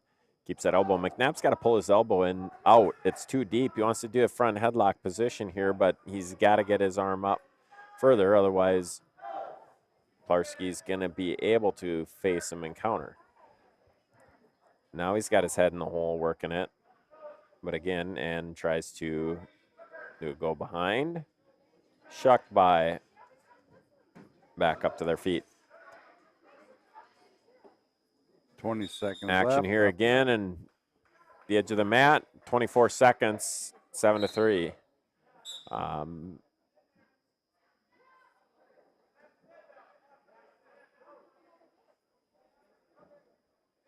You got to think with 15 seconds left, down 4. Don't go to your back here, but you got to take a shot at something here. Lose by 6 or lose by 4, all the same. 11 seconds left, and we got some blood again. Kenny, do you got a Bill Ryan story you want to share? Oh, man, there were so many, and most of them are probably not appropriate to put on air. You have a good one? Boy. I'll tell you what. All I can say about Bill is he had a spot in his heart for the kid that maybe didn't love school, so to speak, right? Yes. And absolutely he did. And for me personally, it was a place and a class to go to avoid whether you want to call it the rigor or whatever. Yep. I mean, it was a place where you weren't going to get piled on homework. You maybe didn't, and I don't want to discredit him as a teacher by any means, but maybe the content wasn't as important to him as making sure that each kid knew that they were cared for, right? I mean, I number absolutely one, agree with that. when yes. you went in there, you knew that he cared about you, and he didn't really care what you learned as long as you knew that somebody cared about you, Yep. right? And Bill obviously had a great story, a Vietnam vet, Oh right? my God, you know, lots of great stories. But his own history, he was, he was a legend for sure. Kids loved him, and the type of kid. I wonder how many kids he kept in school. Oh, right. Numerous numbers of kids. I mean, he, like you said, he cared for them. For sure. Yeah. Yep. All walks of life, right? I do remember one little story where Bill was in the office part, we were in the shop part, and a little argument got between me and a senior, and I was a freshman, and well, I'm not a little guy. I wasn't back then. I wasn't as big as I am now, but I was still tall. And well, I had him picked up, and he was just about ready to hit the table, I think, pretty hard, and Bill walked through the doors. And I just remember he's like, "Hey, Ken, put him down gently." Gently. Oh, yeah. No. Never told anybody. Bill. It was just, that was it. Yep. That was the end of the fight, just done. Plarski with a 9-3 victory, and I'm trying to gather if it was 9-3 why the score is 10-0, but it should be 9-0. Preston Welling and Mason Patrick. Mason Patrick, a 8th grader, ranked ranked 9th, 21-3 record. Young wrestler again. Yeah. See if Preston can do some damage. 2-1 lead, takedown and escape, and another takedown, and right back up to their feet.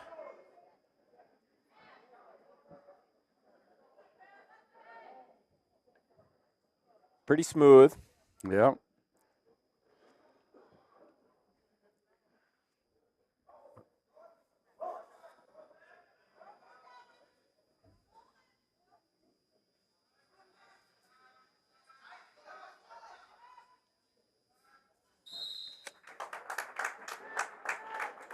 He's got him in an inside cradle. Ooh. And that's going to be a fall in 55 seconds. 16-0. Yeah, and unless I they missed just went something, they to did 9. put it to 9. So that's what I Yeah. thought it was, a decision at 113. Nevertheless, Well, 15-0 Well, 9. on the Paynesville area community ed scoreboard. Heading to 126. 126, I think Paynesville is going to end up having a forfeit. Looks like Holdingford, if they send out who they have on the roster, it's going to be Evan Petron. And that'll go to 21-0 lead. Thank you, everybody, for tuning in tonight. Special shout-out to Holdingford AD Jason Bruns.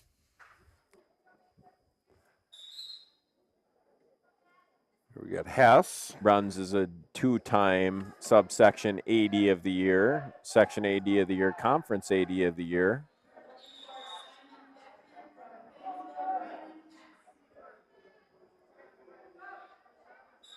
Who did they say that was? Simon?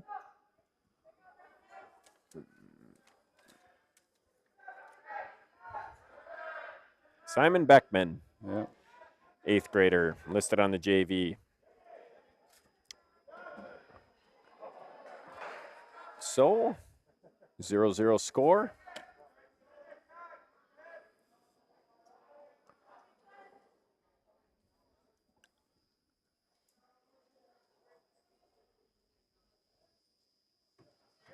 In on a fireman's, and that's why Coach Ryder says don't bury your arm, which he did, and he's going to be in trouble for giving up back points, and he did. There's an example of following up. Sometimes you just have to give up that takedown, belly out, get to your base, and work to get out.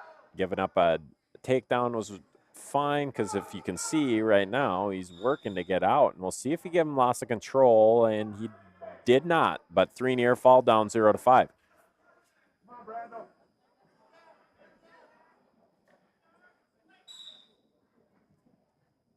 Brandon sit out, unable to clear his hips, though, and a deep waist and an ankle ride is going to keep that switch from happening. Down there, he's cleared his hips, but was unable to clear his arm. Good follow by the Holdingford wrestler. 30 seconds left. Hess has got a score here this period, down 5-0.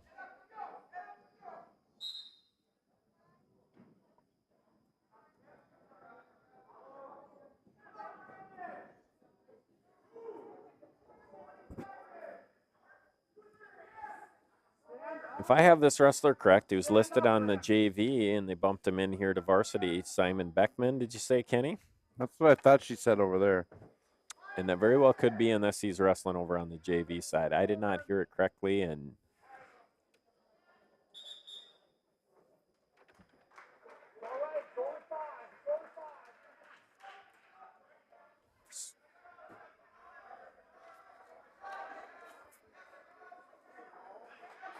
so a 5-0 lead heading into the second period. Holdingford leads the duel 21-0 on the Paynesville Community Ed scoreboard.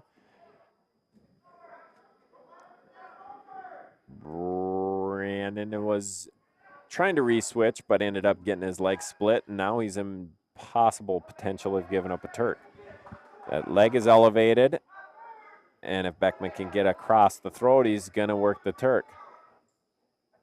Has got to crawl forward and get his legs unsplit.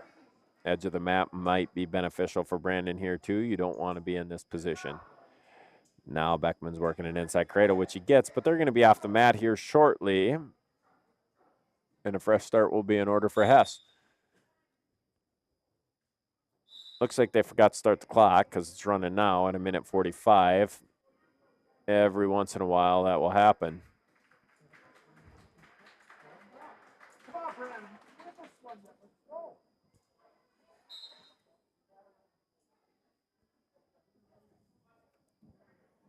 Looks like Frenchek's doing the score on the computer, which means the track wrestling, he's got the time on that computer. And so minute 21 is what they're saying is now Hess has got his hips cleared, but a good step over defense by Holdingford. Bust the hips down. Trying to slip a leg in for a Turk. He's got the leg split. Hess got to get forward and get out of there. Up across the shoulder. Working hand control. There's your 1-2. Back points are going to be awarded here. Probably just a 2 count.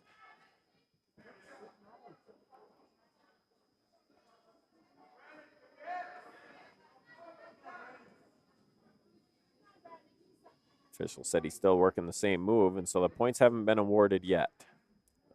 2 counts, which would be enough for a 2 near fall.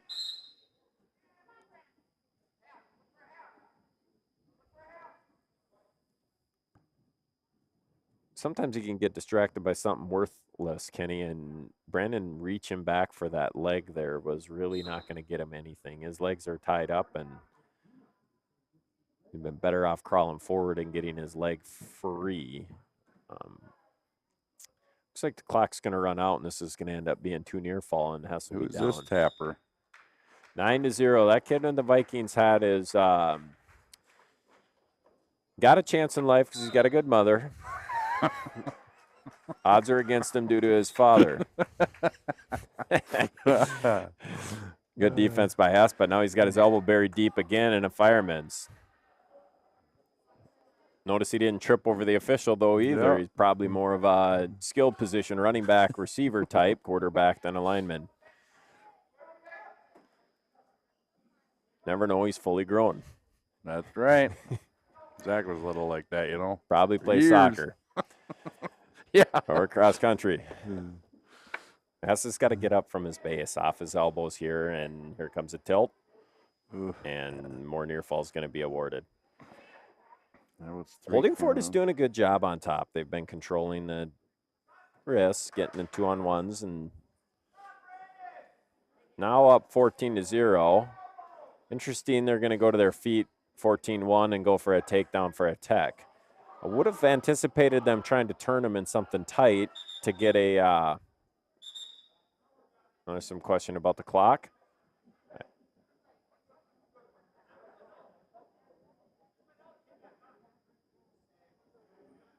No idea what's going on. Looks like the JV junior high matches are done, and we can get you full screen soon.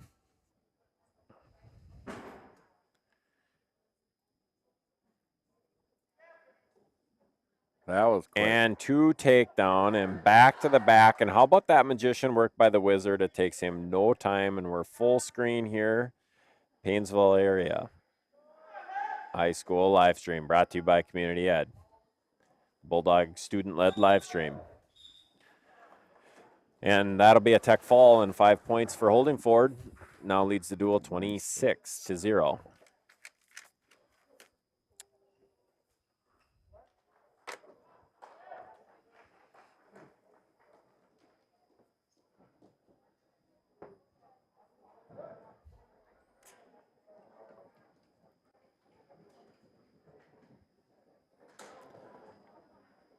.138 weight class. Paynesville not sending anybody.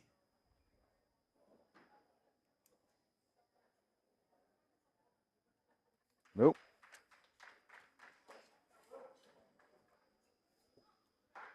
.145. 145.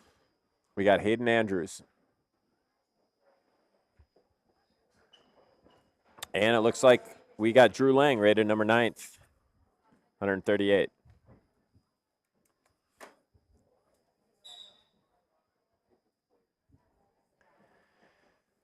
The Wizard pushing all the right buttons here. We're already at 145. Fast forward. And great shot, Drew Lang. I think I might have read somewhere earlier he got his 100th win as a sophomore already. That's pretty impressive. I believe this was also their quarterback on their football team. I do believe you're right. In on a double. Splits the legs in the return.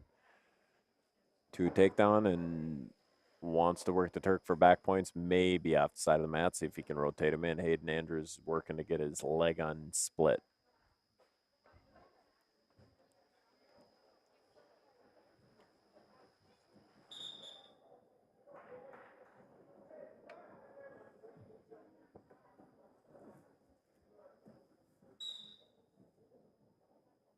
You said this is the quarterback, Kenny.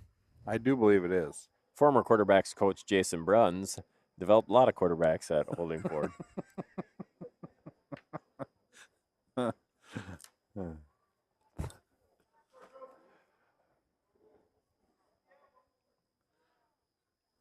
Matt Welling leaves the table, and Ludz is in charge Ludz is over back there. in charge. Ludz is a stalwart. That was a nice little move. duck under right there by Drew Lang, and Hayden's going to be in trouble. 39 seconds and a fall. So you got a fall in 1 minute and 22 seconds, and Holdingford leads the duel now by a score of 38-0. Now you can go by that scoreboard. It's pretty accurate. You're not going to be able to outdo Ludz. He's going to have those points up as fast as that official puts his hands up, 152 pounds. You can see Trenton LeClaire getting ready, the senior, and he's going to face 8th grader Jackson Barkwitz. Barkwitz, 13-9, having a great season. Yeah. Another young wrestler.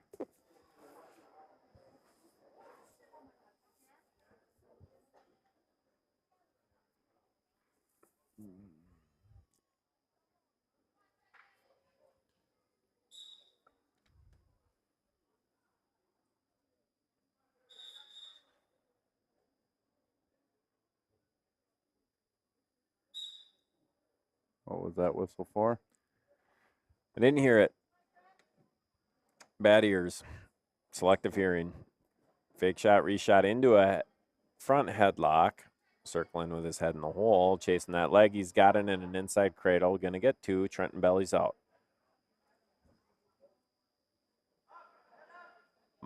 Markowitz, the 8th grader. Wrestling up at 152 pounds. You don't see a lot of 8th graders up there.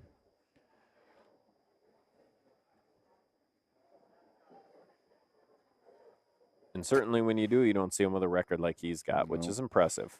Yep. Got 3 near fall as soon as he breaks the hold, which he did. He looks tall. Yeah, he's probably not done growing. You take a look at him, and you might see him up at some of those heavier weights.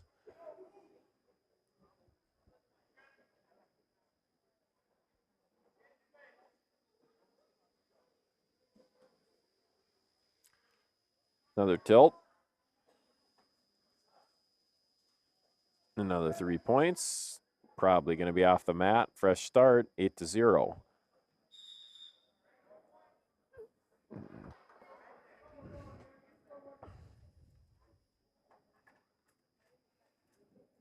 .38 seconds left, first period, 8-0. Barkowitz. I can barely read that anymore. The light's getting worse up here or something. It is getting late, Kenny. Jackson Barkowitz, yep. After 9 o'clock. Nothing good ever happens. Nothing good happens after 9 o'clock. Nothing? Well, hopefully something. Person needs hope to get through the day. Barkowitz is getting a little bit high. We'll see if Trenton can shake him down. Looks like he's just going to wait this out for a potential end of the period, and he does. Buzzer's back on. No more tappers. Great job by Mike Hemish, Drake Orston. Jamison Maher was out there tapping once. Probably they offered free popcorn, so he did it one time and then bolted. I don't know who else we had out there. Must have missed a couple. Destin Ryder was out there earlier, and Mason Welly.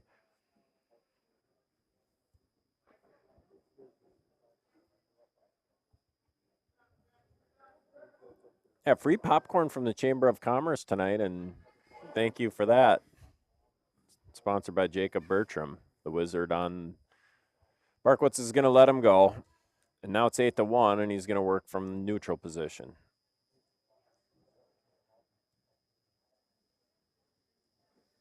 Looking for a certain tie of some sort. Probably wants to work the firemen's Carey and Kelly, which he does.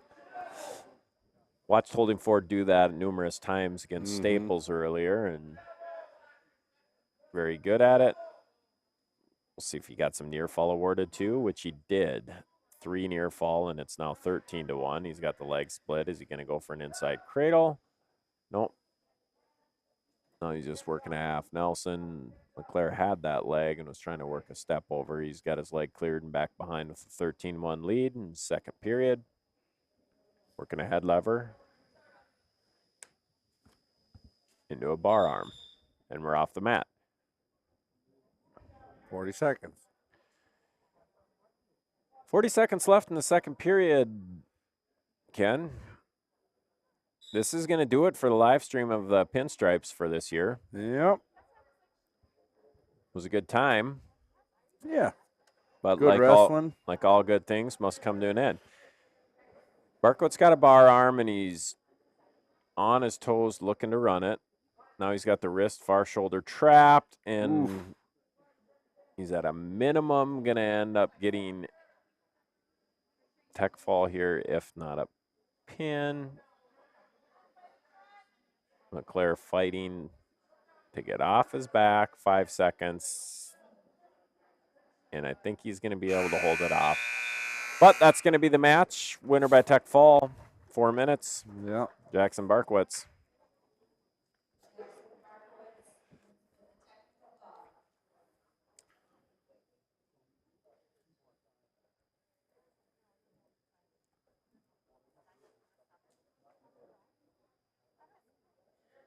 Should have Aaron Magus coming on. Aaron Magus, 160 pounds. He's going to be wrestling a freshman, Luke Bienick, at 160 pounds. This was, for you Gangrene Bulldog football fans, Luke Bienick was a freshman running back. Do not recall his number exactly, but as a ninth grader, started at running back, had a number of rushing touchdowns on the season. Pretty impressive for a ninth grader.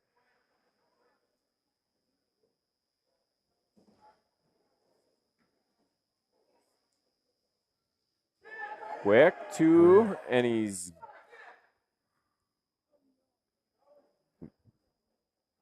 got 2 near fall as well for a 4-0 lead. Saw earlier Seth Verrier, who will be up next at 170 pounds, get a defensive pin on a wrestler trying to do a cheap tilt, and Magus were off the mat.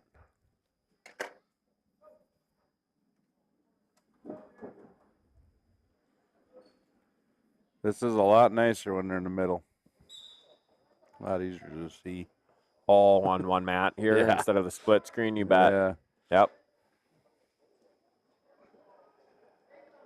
Good action. Magus has just got to get to his feet to face him, which he does, and he's out.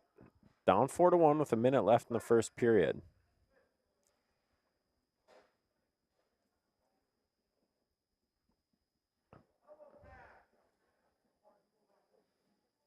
Thinking stay out of the underhooks here because of the fireman's carry, and Magus tries to work a go behind from his feet to no avail. Down 6-1.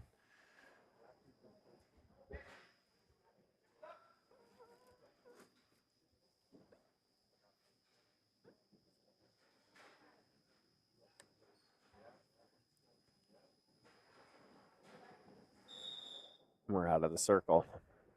Kenny, 20 seconds left. First period, 6-1 lead for Bienick.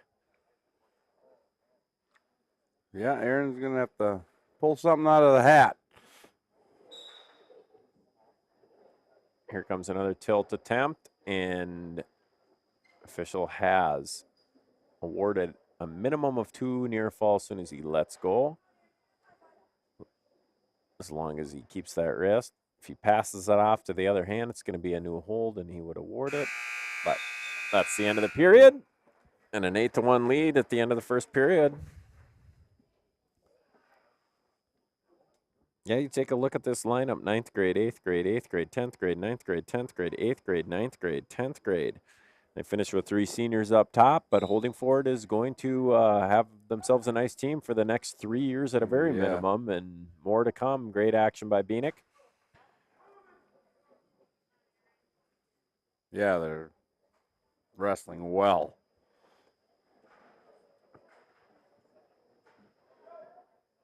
Yeah, Coach Olin has done a great job building a program.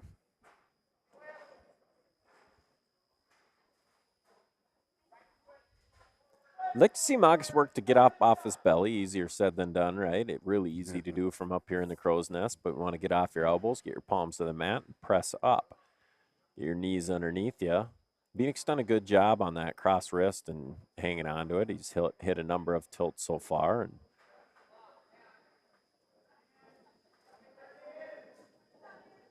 you're on bottom and you get your arms tied up, or hand or wrist control as it's known, you're going to have a hard time getting out. And Phoenix staying on his toes, keeping good forward downward pressure. See him pinch down over that knee, and Magus is having a hard time getting up to his base.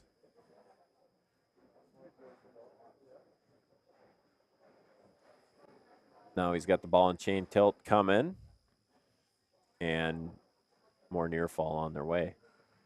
Impressive match by the 9th grader. Yeah. Good little wrestler. You know, when he weighed in, it looks like at 156.8, so by no means is he a full 160-pounder. You could weigh 100, and I believe today. You got 2 growth pounds, plus Paynesville wrestled last night, so an additional pound. He's barely over 152.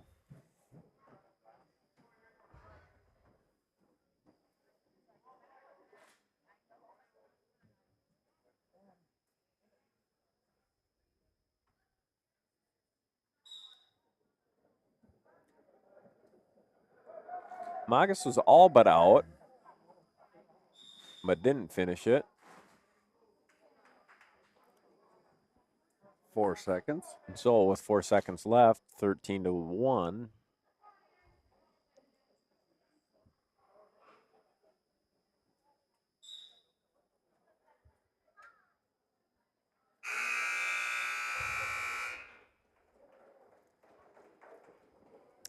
Phoenix going to go down.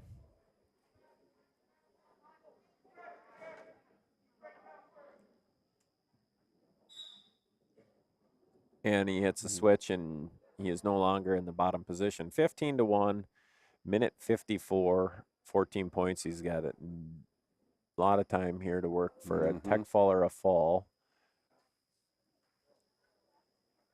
And it seems like he's had Magus's cross wrist for all but 5 seconds of this match. Yeah, so he's had it on the whole match.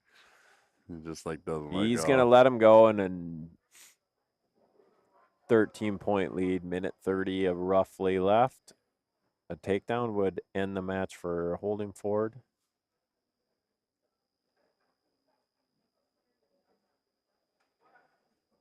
In on a single.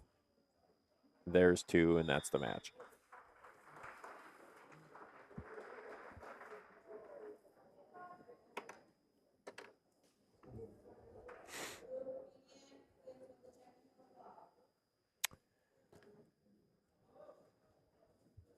Here comes the sophomore Seth Verrier at 170 pounds for the Bulldogs. Got that defensive pin. Yeah. And Evan Litchie, it looks like, for Holdingford, the sophomore. 14-8 on Evan. Seth is 9-13 on the year. Minus the matches earlier today. Just reading it off the sheet. Kenny, we're going to see some action here, I think. I think so, too. Either that or forehead-to-forehead inside collar tie. One or the other.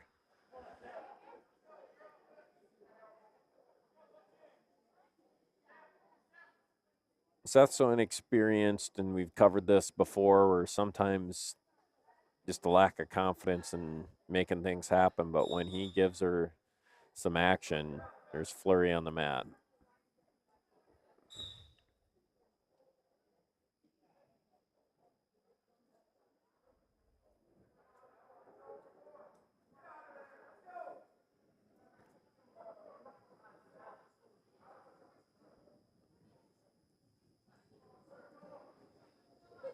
They like them wrists. Well, key to have hand control.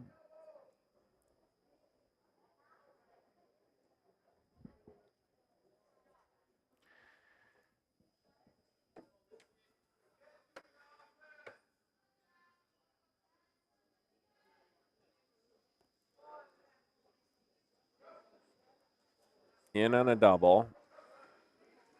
Not the place that you'd love to be against a guy like Seth because he's strong. We'll see if he can keep his legs back. He's got to pull his elbow out there, and now he trades off, and yeah, there you see some of the explosiveness and trying to roll the wrist back here.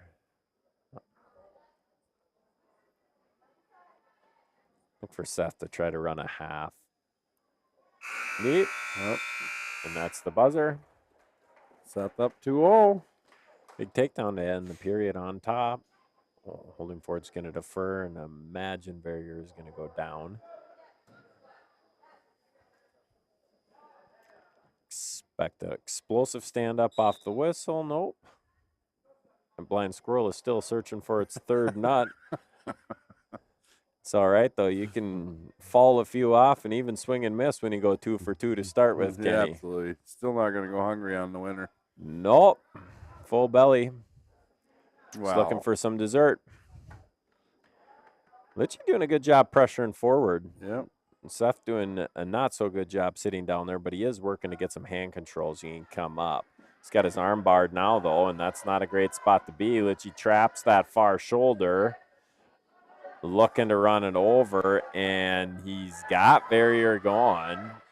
Barrier is going to roll through because he was built to do such a thing. Gives up to a near fall, and now he's on top with a reversal with a 4-2 lead. You're probably not supposed to be able to roll through like that, but Seth is a pretty strong individual. Got an arm trap. See if he can't get it behind his back, which he's working to. Now he's working a head lever. Official right in there to make sure that he doesn't pull it up off the back, keeping it legal. Now he's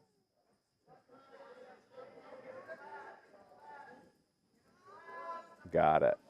Bar arm, back down. Can he run it and keep him on the mat?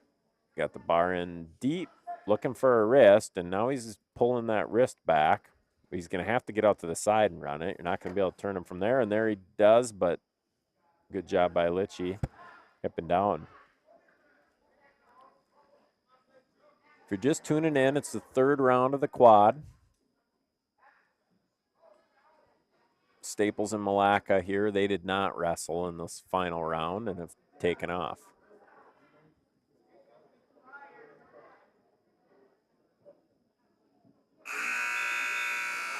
Barrier trying to get the Bulldogs on the board here, up 4-2. Heading into the third period. Litchi chooses down.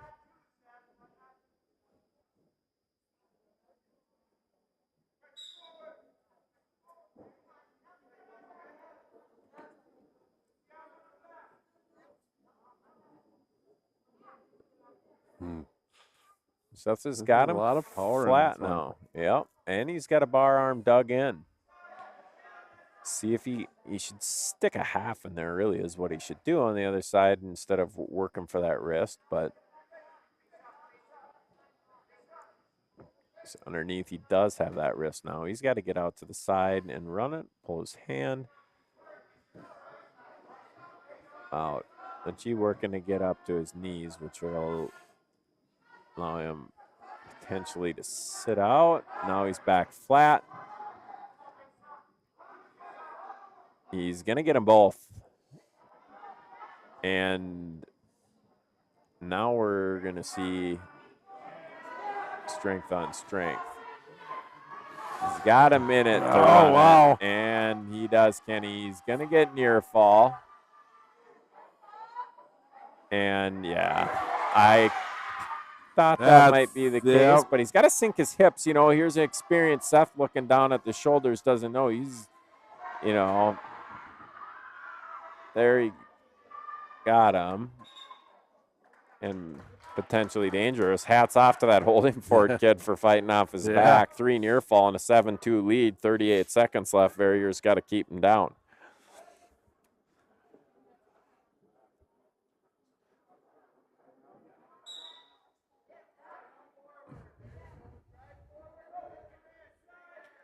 Good pressure forward, rolled him right up over that wrist. Now he's got a deep half in.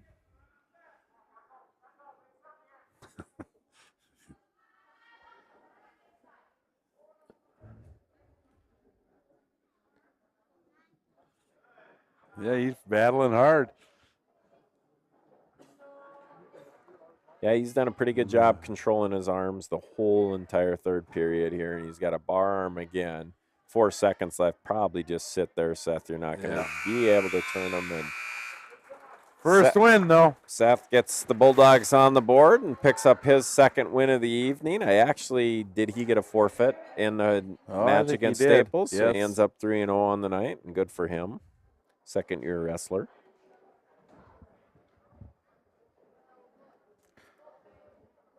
Yeah, at 195 pounds. Here comes the beast, huh? Peyton Hemish. Peyton Hemish is going to take another forfeit.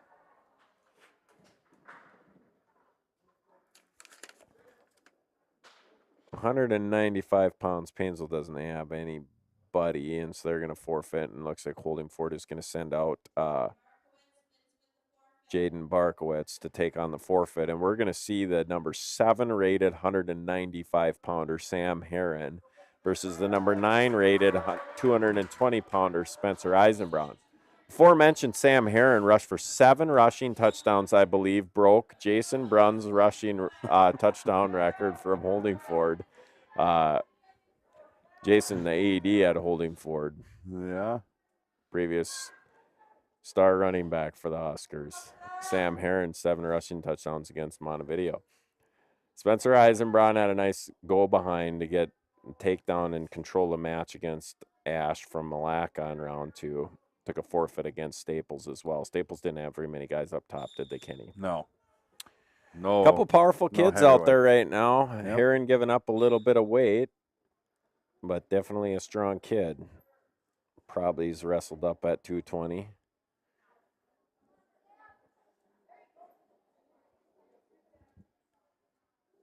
Spencer in a double underhook. See what he's going to get to the edge of the mat and try to throw by. You had the feeling somebody might go for a ride there, but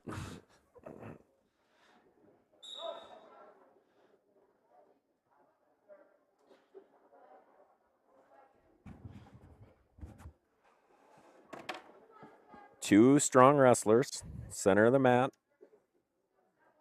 Patience might pay off on this one. These are the types of kids that you don't really want to force something, because if you make a mistake and end up on your back like that, you can end up with a pin. And I am surprised that he called him out of bounds, but I did not see his feet. Maybe his right foot was outside of the circle. It might have been. That's one of those things where, Spencer, you risk that, and then you end up on your back against a super strong kid, and you're not going to get a chance, and there's something to the eyes, I'm guessing.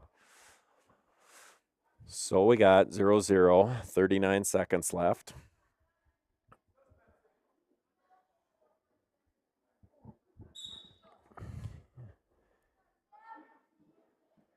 Official talked to Spencer about keeping his hands out of the eye. Spencer with a rare single leg attempt. Herron with a snap down front headlock, wanted none of that. Back out of the ties. Spence back down, double underhooks. Fight and see what happens here. Will one of the two try and throw? Last time Herron, they got to the edge of the mat. Herron threw him a little bit in a lateral drop, ended up on top, but was out of bounds. Spencer pummels out of that. This will be the end of this 2 seconds, and we're going to go scoreless into the second. Sometimes the strategy here, if it's your choice, is to pick down just to try to score first. We'll see what Spencer does. He does pick down. So we saw earlier, Tappy and Lang ended up in double overtime. Had they been tied again, it would have went to sudden death, and the choice goes to whoever scores first. And that's why Spencer here would pick down Kenny. Herron trying to front side cradle, or an inside cradle. Spencer sitting out and following, and now we're up to our feet. I got to believe Spencer's going to escape here, and he does. 1-0, so he does score first. So if this match would go into sudden victory, it would be Spencer's choice, but we're a long ways away from that, and plenty of action. 2 very good wrestlers on the mat. Sam Herron ranked number 7th, 195 pounds, 25-4 record according to the program. Spencer Eisenbraun ranked number 9, 220 pounds with a 22-3 record. Paynesville will be wrestling tomorrow morning. Minnewaska, Central Minnesota Conference, West Central Conference individual tournament. from the Central Minnesota Conference. Both BBE and Holdingford are not involved in it. The other 5 schools are, and then all of the West Central Conference. Wow. There we go. And Heron does a great job out. Points will not be awarded unless he takes him to the mat. Spencer wants to get heavy here and straighten his leg. He's doing okay, and there it is, and that's exactly what we're talking about. Sometimes taking a risk. Official has awarded 2, and now Spencer's getting near fall. Can he pin him? This is 30 seconds. Heron fighting. Spencer's got head chancery, cow catcher. What do you want to say? Sinking it deeper and tighter, but Heron is fighting for his life. Can Spencer stretch that arm out and get that other shoulder down? 2 very good wrestlers, one of them in a bit of trouble. 13 seconds. Paynesville faithful kicking the bleachers, looking for a pin from Spencer Eisenbraun. Official's got his eyes on it. Heron able to keep his shoulder up, and that's the clock. 6-0. We'll see if that was enough, though, for Spencer to drain the energy. That is a great job by Sam Heron to fight off, but now he's dug himself a 6-0 hole. In on a great shot, unable to finish. Spencer, great defense, and ended up on top, hipped into him, 5-point move. Spencer up 6-0. Heron gets to his feet in an explosive stand-up. So 6-1, still anybody's match the way this thing's went.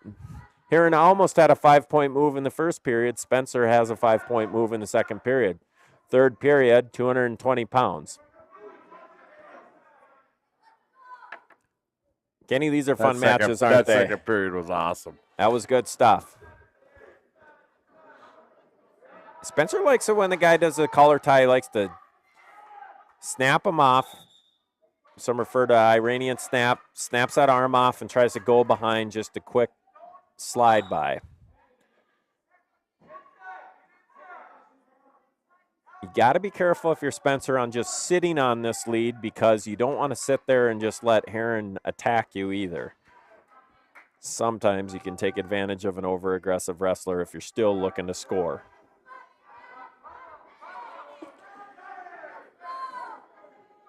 Sometimes these matches are really helpful, too, for seeding come section individual time. If there is a wrestler that, for instance, Heron beat, and Spencer beats Heron, Spencer's going to get seated ahead of him based on a common opponent, or vice versa. If Heron can beat Spencer, same thing could happen, right? Yep. So I know the whole Royalton 220-pounder did beat Spencer. They're going to face each other maybe tomorrow in the tournament, but Heron's probably a 195-pound wrestler section individual. So this match may be just each other sharpening each other. Good match to get in right before section time. Mm-hmm. Kenny, 20 seconds left. Spencer's got a 5-point lead. Basically, at this point, the only way he's going to lose is if he gets taken to his back. He does get called for stalling, but with 13 seconds left, if I'm Spencer, I got 2 hands forward on his shoulders, backing up. You can call me for stalling. Keep him at arm's length. Do not let him get underhooks. There you go.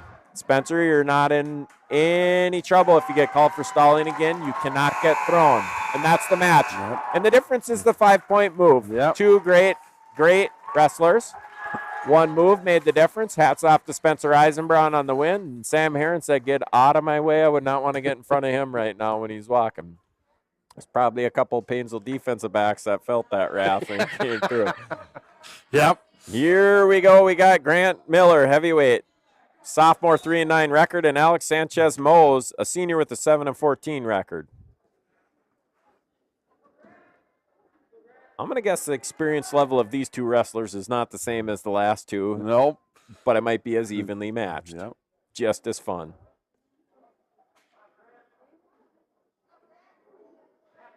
If you're listening at home, thank you for tuning in, and we will have a, as player of the game, also wrestler, if you want to call it, wrestler of the night. Since technically wrestling is a match and not a game. We'll call it wrestler of the match. Keeper of the mat. Keeper of the mat. Kenny has spoken, ladies and gentlemen. We'll have the keeper of the mat coming up. Chamber of Commerce is gratefully a sponsor, and so we want to honor a competitor tonight and thank the Chamber of Commerce for sponsoring. Thanks to all of our sponsors: Queen Bee's, Perennial Bank, Central Minnesota Credit Union, Mag Wealth Management, Yarman Ford, Community Ed, Gilk Plumbing and Heating, M&M Lumber.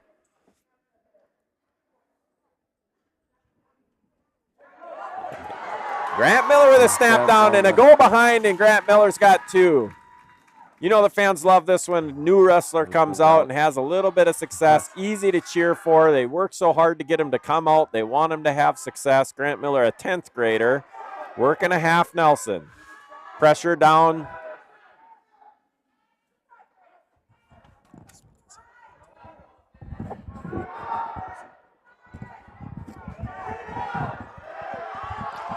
Grant Miller working him over, and he's getting them. Swipe's coming. He's getting them.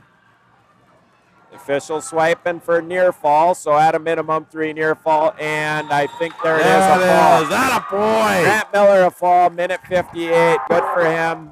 Paynesville takes 3 of the last 4 matches wrestled. Sans the forfeit at 195. That'll do it for the quad. Kenny, you got a wrestler of the match. Spencer Eisenbrown. Spencer Eisenbrown. Keeper of the mat tonight, Spencer. Had a boy. Keeper of the mat, Spencer Eisenbrown. Hats off to Spencer Eisenbrown. That was a well-fought victory over a tough opponent, Sam Herron.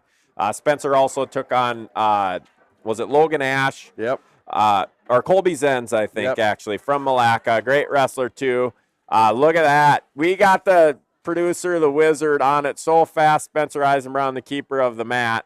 Spencer Eisenbrown, congratulations. You are the Paynesville Area Chamber of Commerce, and coined by Kenny Ossendorf, the blowhorn, probably always going to be the keeper of the mat. So, absolutely. For Kenny, our producer, the wizard, Jacob, I'm Max Maher. Thanks for tuning in to Pinstripes Broadcasting and the Paynesville Community Ed Bulldog live stream. Thank you to our gold sponsors: Credit Union, Central Minnesota Credit Union, Mag Wealth, the Recovery Center, Yarman Ford, M&M Lumber, Perennial Bank. Our silver sponsors: Leeser Insurance Agency, Gilk Plumbing and Heating, and Christensen and Associates. Paynesville Area Community Education Student Broadcast Program thanks you.